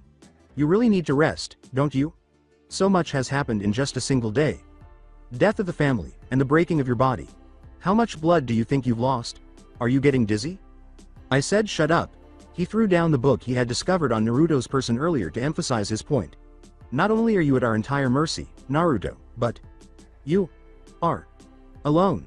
He had heard of the book before. Garbage on garbage, one that was brimming with their ideology that would either fade into obscurity or give way to the harsh realities of life. "I'm sure this will keep you entertained while you wait once I'm done here. That's all it's worth. Just entertainment in all its drivel. Look at yourself now and tell me there's meaning in the ways of your old sensei." With an inconsolable expression, Naruto kept his eyes on the ground and picked up his old sensei's book. It was a sacred object to him. Now he could hardly look at the cover, he could only pocket it. "You're wrong," he said in a low voice. Naturally, Pain had underestimated Madara's chakra recovery speed. The fact that Naruto was unaware was crucial. Didn't realize that he had already regained control of low-level genjutsu. He cupped his chin and tilted it up towards him, not even realizing it at the time. "Konoha will not come for you. It's over." Naruto wouldn't even be aware that the extended period of time was a genjutsu. Neither his condition nor the room would change. Only a few seconds of actual time, many long days spent alone and in pain. Solitude. Additionally, Naruto's face was shocked, and his shoulders drooped quickly. The man in the mask gave him some time to think about his village after that. Slowly but surely, Naruto would either need to adjust and become pliable, regardless of how devoted or innocent he was, or how many strategies he had to employ to break him. Or Naruto would be disassembled and reassembled. Just like he used to be. See Naruto? When it comes to it, Konoha is just talk. As his once flaming defiance shriveled to death, a tear trickled down his cheek. The man knew it was only temporary. Still, though, it was a beginning. But with the Biju, the Akatsuki will repair everything. Understand? The end justifies the means. That is why we're doing this to you. The future will be better for it. We will reach true peace, even if it's through a blood-red dawn. No. Massacre is never justified. Naruto, when did Itachi approach you? He shook his head feebly and blinked. At least not yet. I'm not asking you to betray your village, Naruto. There's no moral reason to not tell me. Sasuke has a right to know. He shook his head once more, grimacing. I won't. It's really not important, but it would still be me giving you what you want, and I was trained better than that. With a cruel grip on his hair, Madara pulled him toward the enormous water container that had been placed out. You're the one making this difficult. Understand? This is your doing, and it isn't going to stop until you give up. I'm going to give you one last chance, one last mercy, before I get forceful, and it doesn't have to be this way. When did Itachi approach you? With a sound of desolation, Naruto laughed. Go ahead and go through the trouble. It was just after sunset when the Akatsuki woman was taken to the prison. The day was coming to an end and cooling down. Even though it would be a chilly and dark night with no electricity, the retrieval team would undoubtedly have some positive news to share. From a distance, Hinata had watched with anticipation, expecting to see Naruto close behind, grinning triumphantly and reassuringly. However, he was absent, and he never showed up. She wanted to cry more and more the longer she waited. Unabated, terrible scenarios raced through her mind. Many people were unaware that he had been taken prisoner. Only conjecture. The only people who knew were those who had been more tuned into the battle. She would have missed it if she hadn't activated her Byakugan. She knew the truth, though, despite the rumors, he had left. And it remained. Her fears were validated when Neji approached her slowly and with a dejected expression. When he announced the retrieval squad's failure, she was only able to suppress a sob.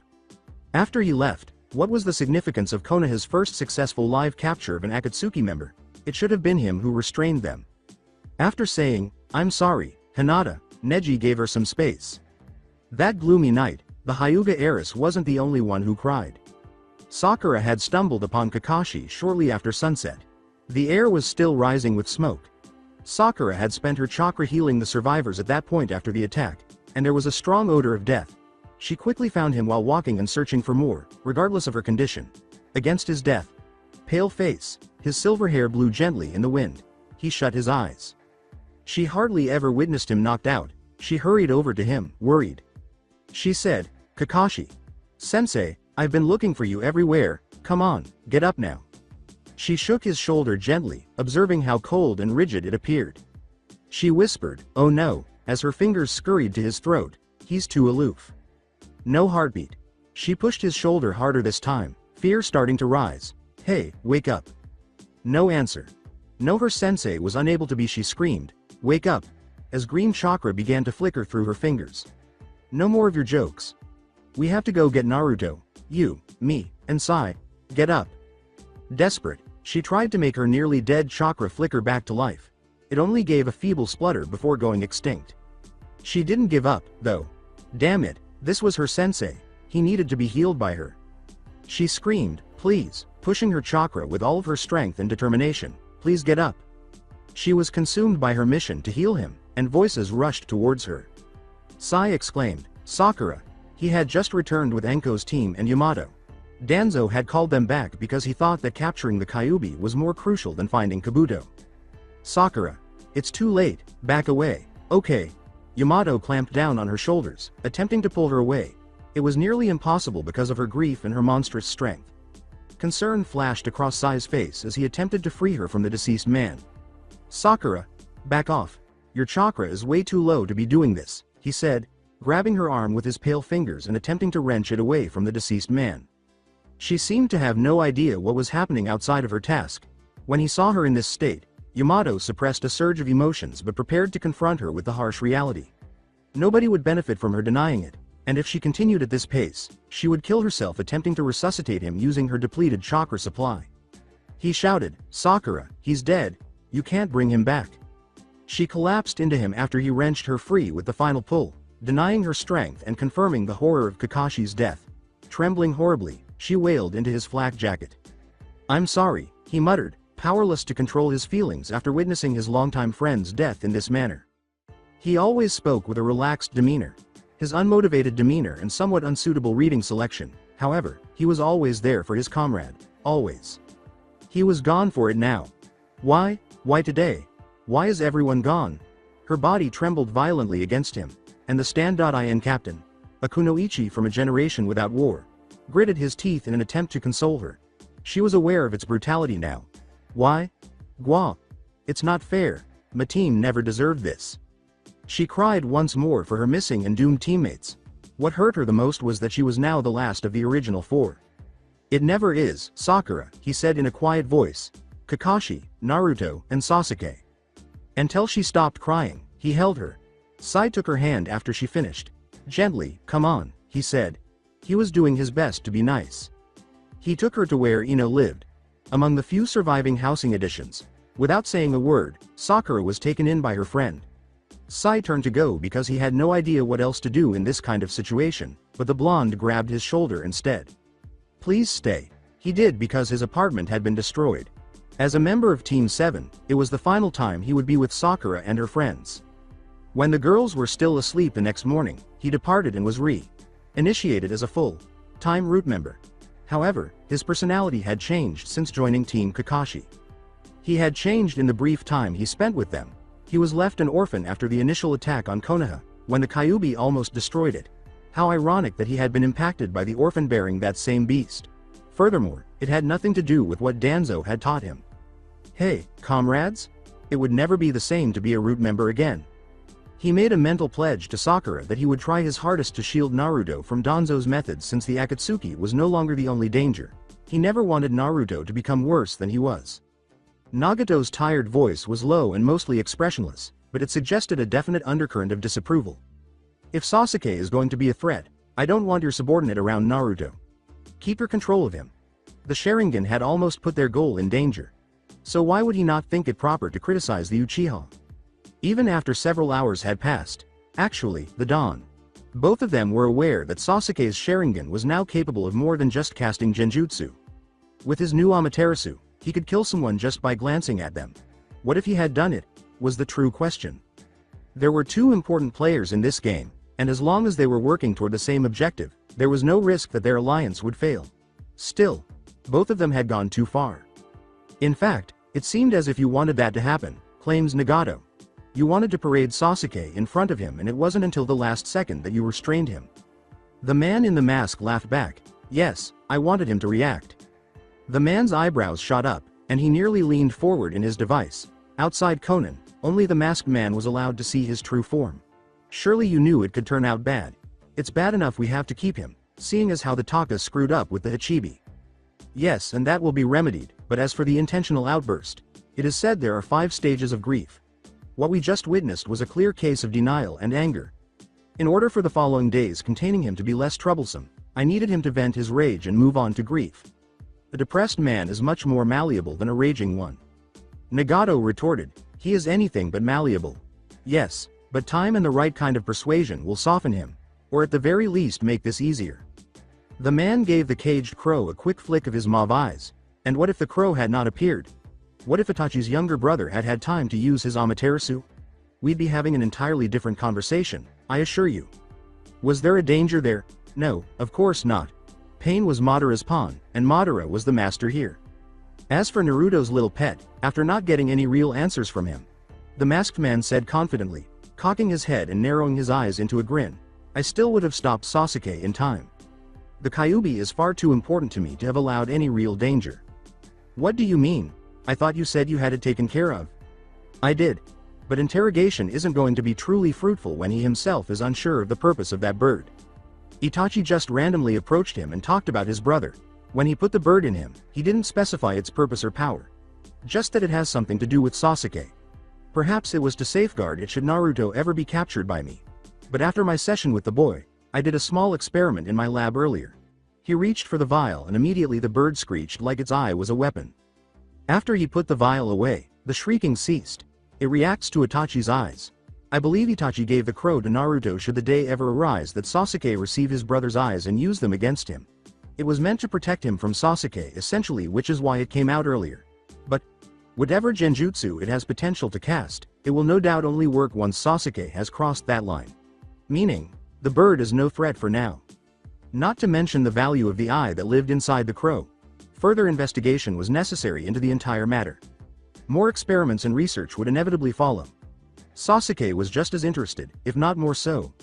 Witnessing his former teammate provide the final tangible evidence of his brother's existence. In the meanwhile, Sasuke's medic was able to heal the damage to his lungs. Nagato gave a nod of approval. Still, what was Uchiha Itachi doing? Even Madara did not know the answer, so he left the question hanging. Apart from refusing to kill his younger brother, Itachi had fulfilled his role at the Akatsuki. So, where and when did he veer off course by betraying them in his initial intention to be the village villain? He had met the boy, clearly put him under genjutsu to make him feel crow-like, but he didn't catch him or at least tell the Akatsuki what he was going to do. It made people wonder if Itachi had planned to plant any more small seeds before he passed away and if they would cause any issues. He hesitated a moment. I will see to asking the host more once my chakra has recovered. The late morning. In the meanwhile, if you don't mind me asking, what are your plans? Will you return to your village now?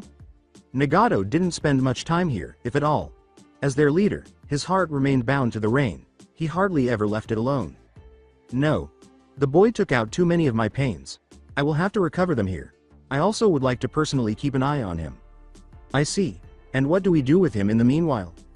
Keep him away from Sasuke and his bipolar teammate. I will not have them put him in mortal danger.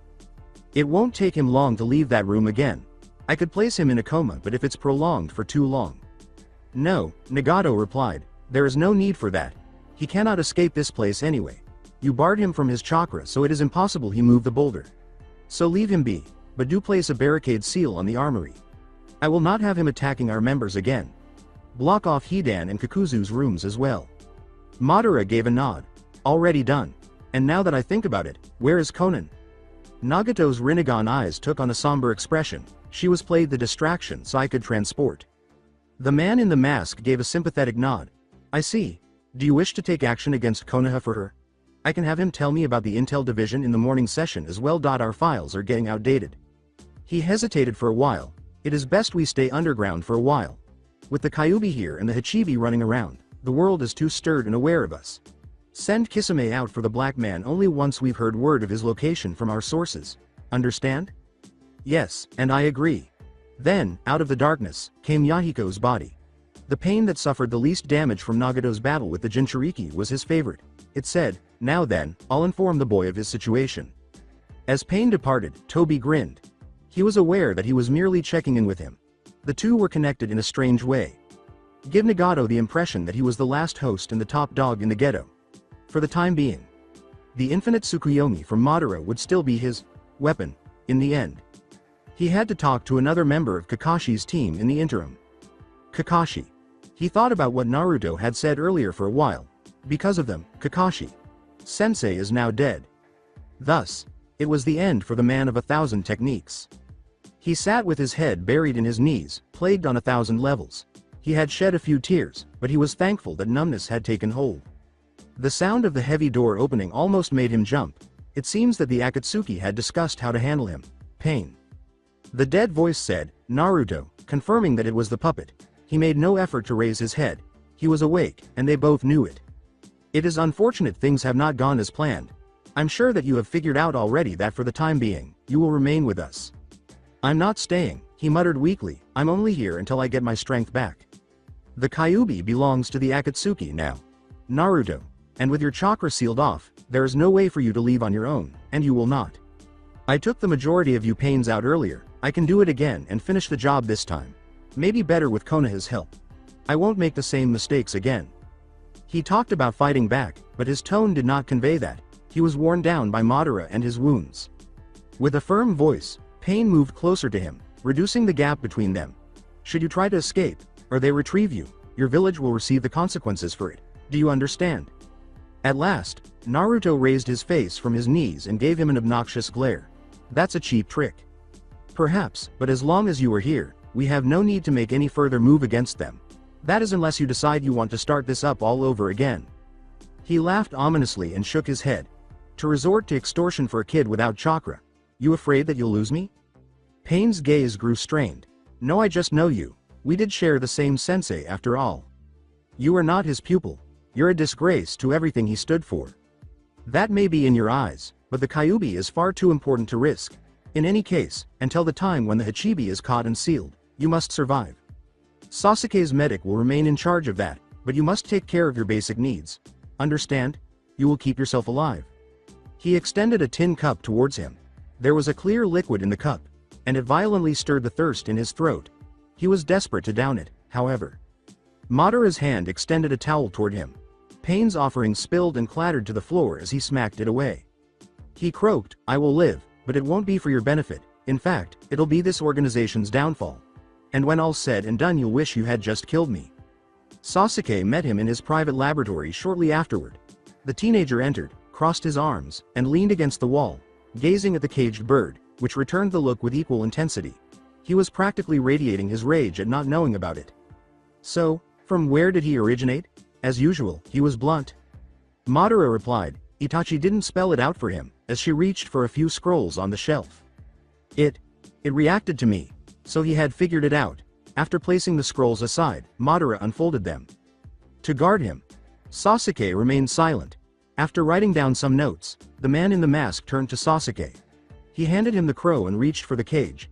Instead of screeching as it had previously, it stayed poised on the young Uchiha's finger, head turned and body tense.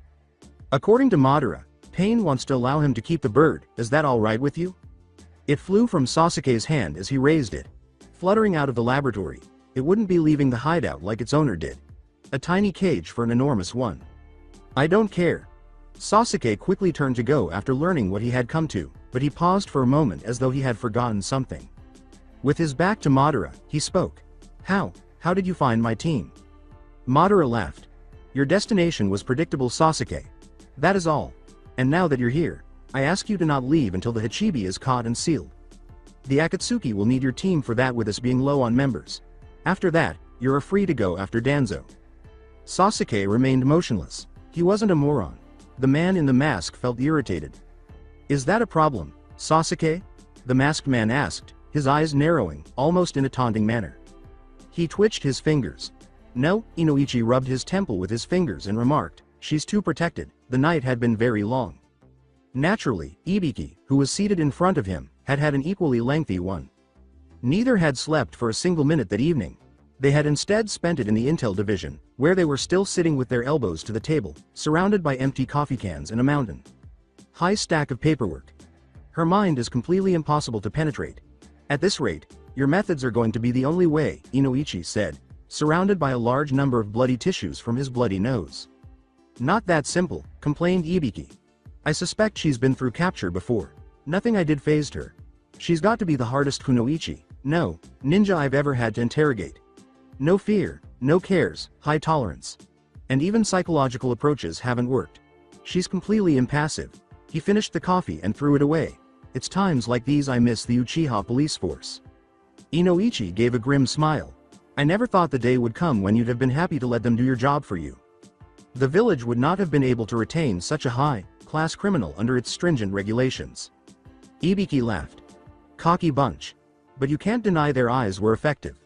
Utter control over even the most steeled minds. It took the art out of it but still got the results. Inoichi sighed and said, but unfortunate, as he drained ice into a pack for his head. Poor kid. With the likes of Madara, well, he'll strip the kid of everything. He's a strong boy. But yeah, I imagine there isn't anything that can be done to prevent it. True, he may love Konoha and have strong beliefs for someone his age, but that can't bar the Sharingan's power. Inoichi looked at the floor. I got a call from my wife earlier. That's who it was. He closed his eyes and put the pack on his forehead. Yeah. His teammate, Sakura, was over at our place with Ino last night. Completely devastated. Kakashi, he said, he didn't make it yesterday. Ibiki took in the news and let out a slow exhale. That's a shame. I rather liked him. Interesting fellow and one of the best squad leaders. If Naruto can make it through this, he'll be even better. If Madara doesn't break him. Suddenly, Danzo said, that's why we must quickly change our procedures, coming up behind them. Surprised, they turned. Danzo. How could neither have detected him at all? With his cane clicking on the floor, the elderly man emerged from the darkness. Features that are sharp in the light but wrinkled with age. His eyes were obscured by the bandages covering nearly half of his face, but this did not lessen the intensity of his stare. He had a lot more work to do as a man. Particularly since Tsunade was still out of commission and the village elders had appointed him to lead. Starting from now, the Foundation, Roots, will be managing the Intel division. Inoichi cast a worried glance at Ibiki. His department was this one, his rule. Changes will be made. Ibiki didn't show that he cared, simply said, yes, sir. Danzo turned to face Inoichi with a reprimanded expression. Have you not yielded any results yet? Inoichi put down the ice pack. Not yet. Her mind is extremely guarded, but I will, I assure you. I'll begin the session again as soon as I can again. The elderly man had a severe look on his face. Ibiki, you are to continue with the criminal until then. I don't care what you have to resort to. I'm lifting the ban on cruel and unusual methods. It's going to take just that to break her shell. Whatever device, whatever orifice, do what you must. But get it done quickly. We need results before the Kyuubi host's capture can be leaked further. It was time to bother Ibiki. He took a primarily psychological approach. The majority of the time, purely physical techniques, or even humiliation, produced false confessions. Furthermore, Ibiki had never crossed the lines Danzo was hinting at. They were the kind that people like Orochimaru still used after being dragged back from the Dark Ages. I can still do it, stressed Inoichi. Naruto didn't want the woman destroyed before they discovered the location of the hideout because this was probably his only chance. See you do. He started to walk away but stopped, and the host's official status is to be classified. For those who had not witnessed it, he is in ICU and I'm claiming him to placed under Roots jurisdiction and surveillance under martial law. I mean, incarceration. Inoichi cast an uneasy glance down. There were more turns and twists on the road ahead of them than he wanted to consider. Sensei. His cry reverberated off the cold walls, then faded in the near pitch as he jolted awake, panting and drenched in sweat. Then, as he regained his bearings, he curled up into himself, his face buried in his hands, wondering which was the nightmare and what was real life. It all seemed like a terrible dream that he should be able to ignore, but the pain told him it was real, even though he missed the Kyuubi's healing properties and didn't realize how he was using them until now. Most importantly, though, was that he had never felt so alone. I apologize sincerely. I am solely to blame for this. I should never have left the village. I had the opportunity to stop him earlier. No, I cannot allow myself to think about these things any longer. Not here. Not yet. I must get away. He still lacked strength, and the locks were relentless. If anything, he was becoming worse and worse. Words and events were all mixed up. Then the dreaming. Every time he passed out, he would find himself back in Konoha, but it was on fire as if someone had struck a match beneath it, with a few survivors strewn about before melting into pools and splatters of blood, and dead people with dark hair and eyes everywhere, elders and children alike. He could no longer distinguish between the two massacres, and no matter how hard he tried, he was never able to find Kakashi. He would run and run, when he could, but in most dreams, he was restrained, and despite his best efforts, he was never able to break free from the locked hold on him.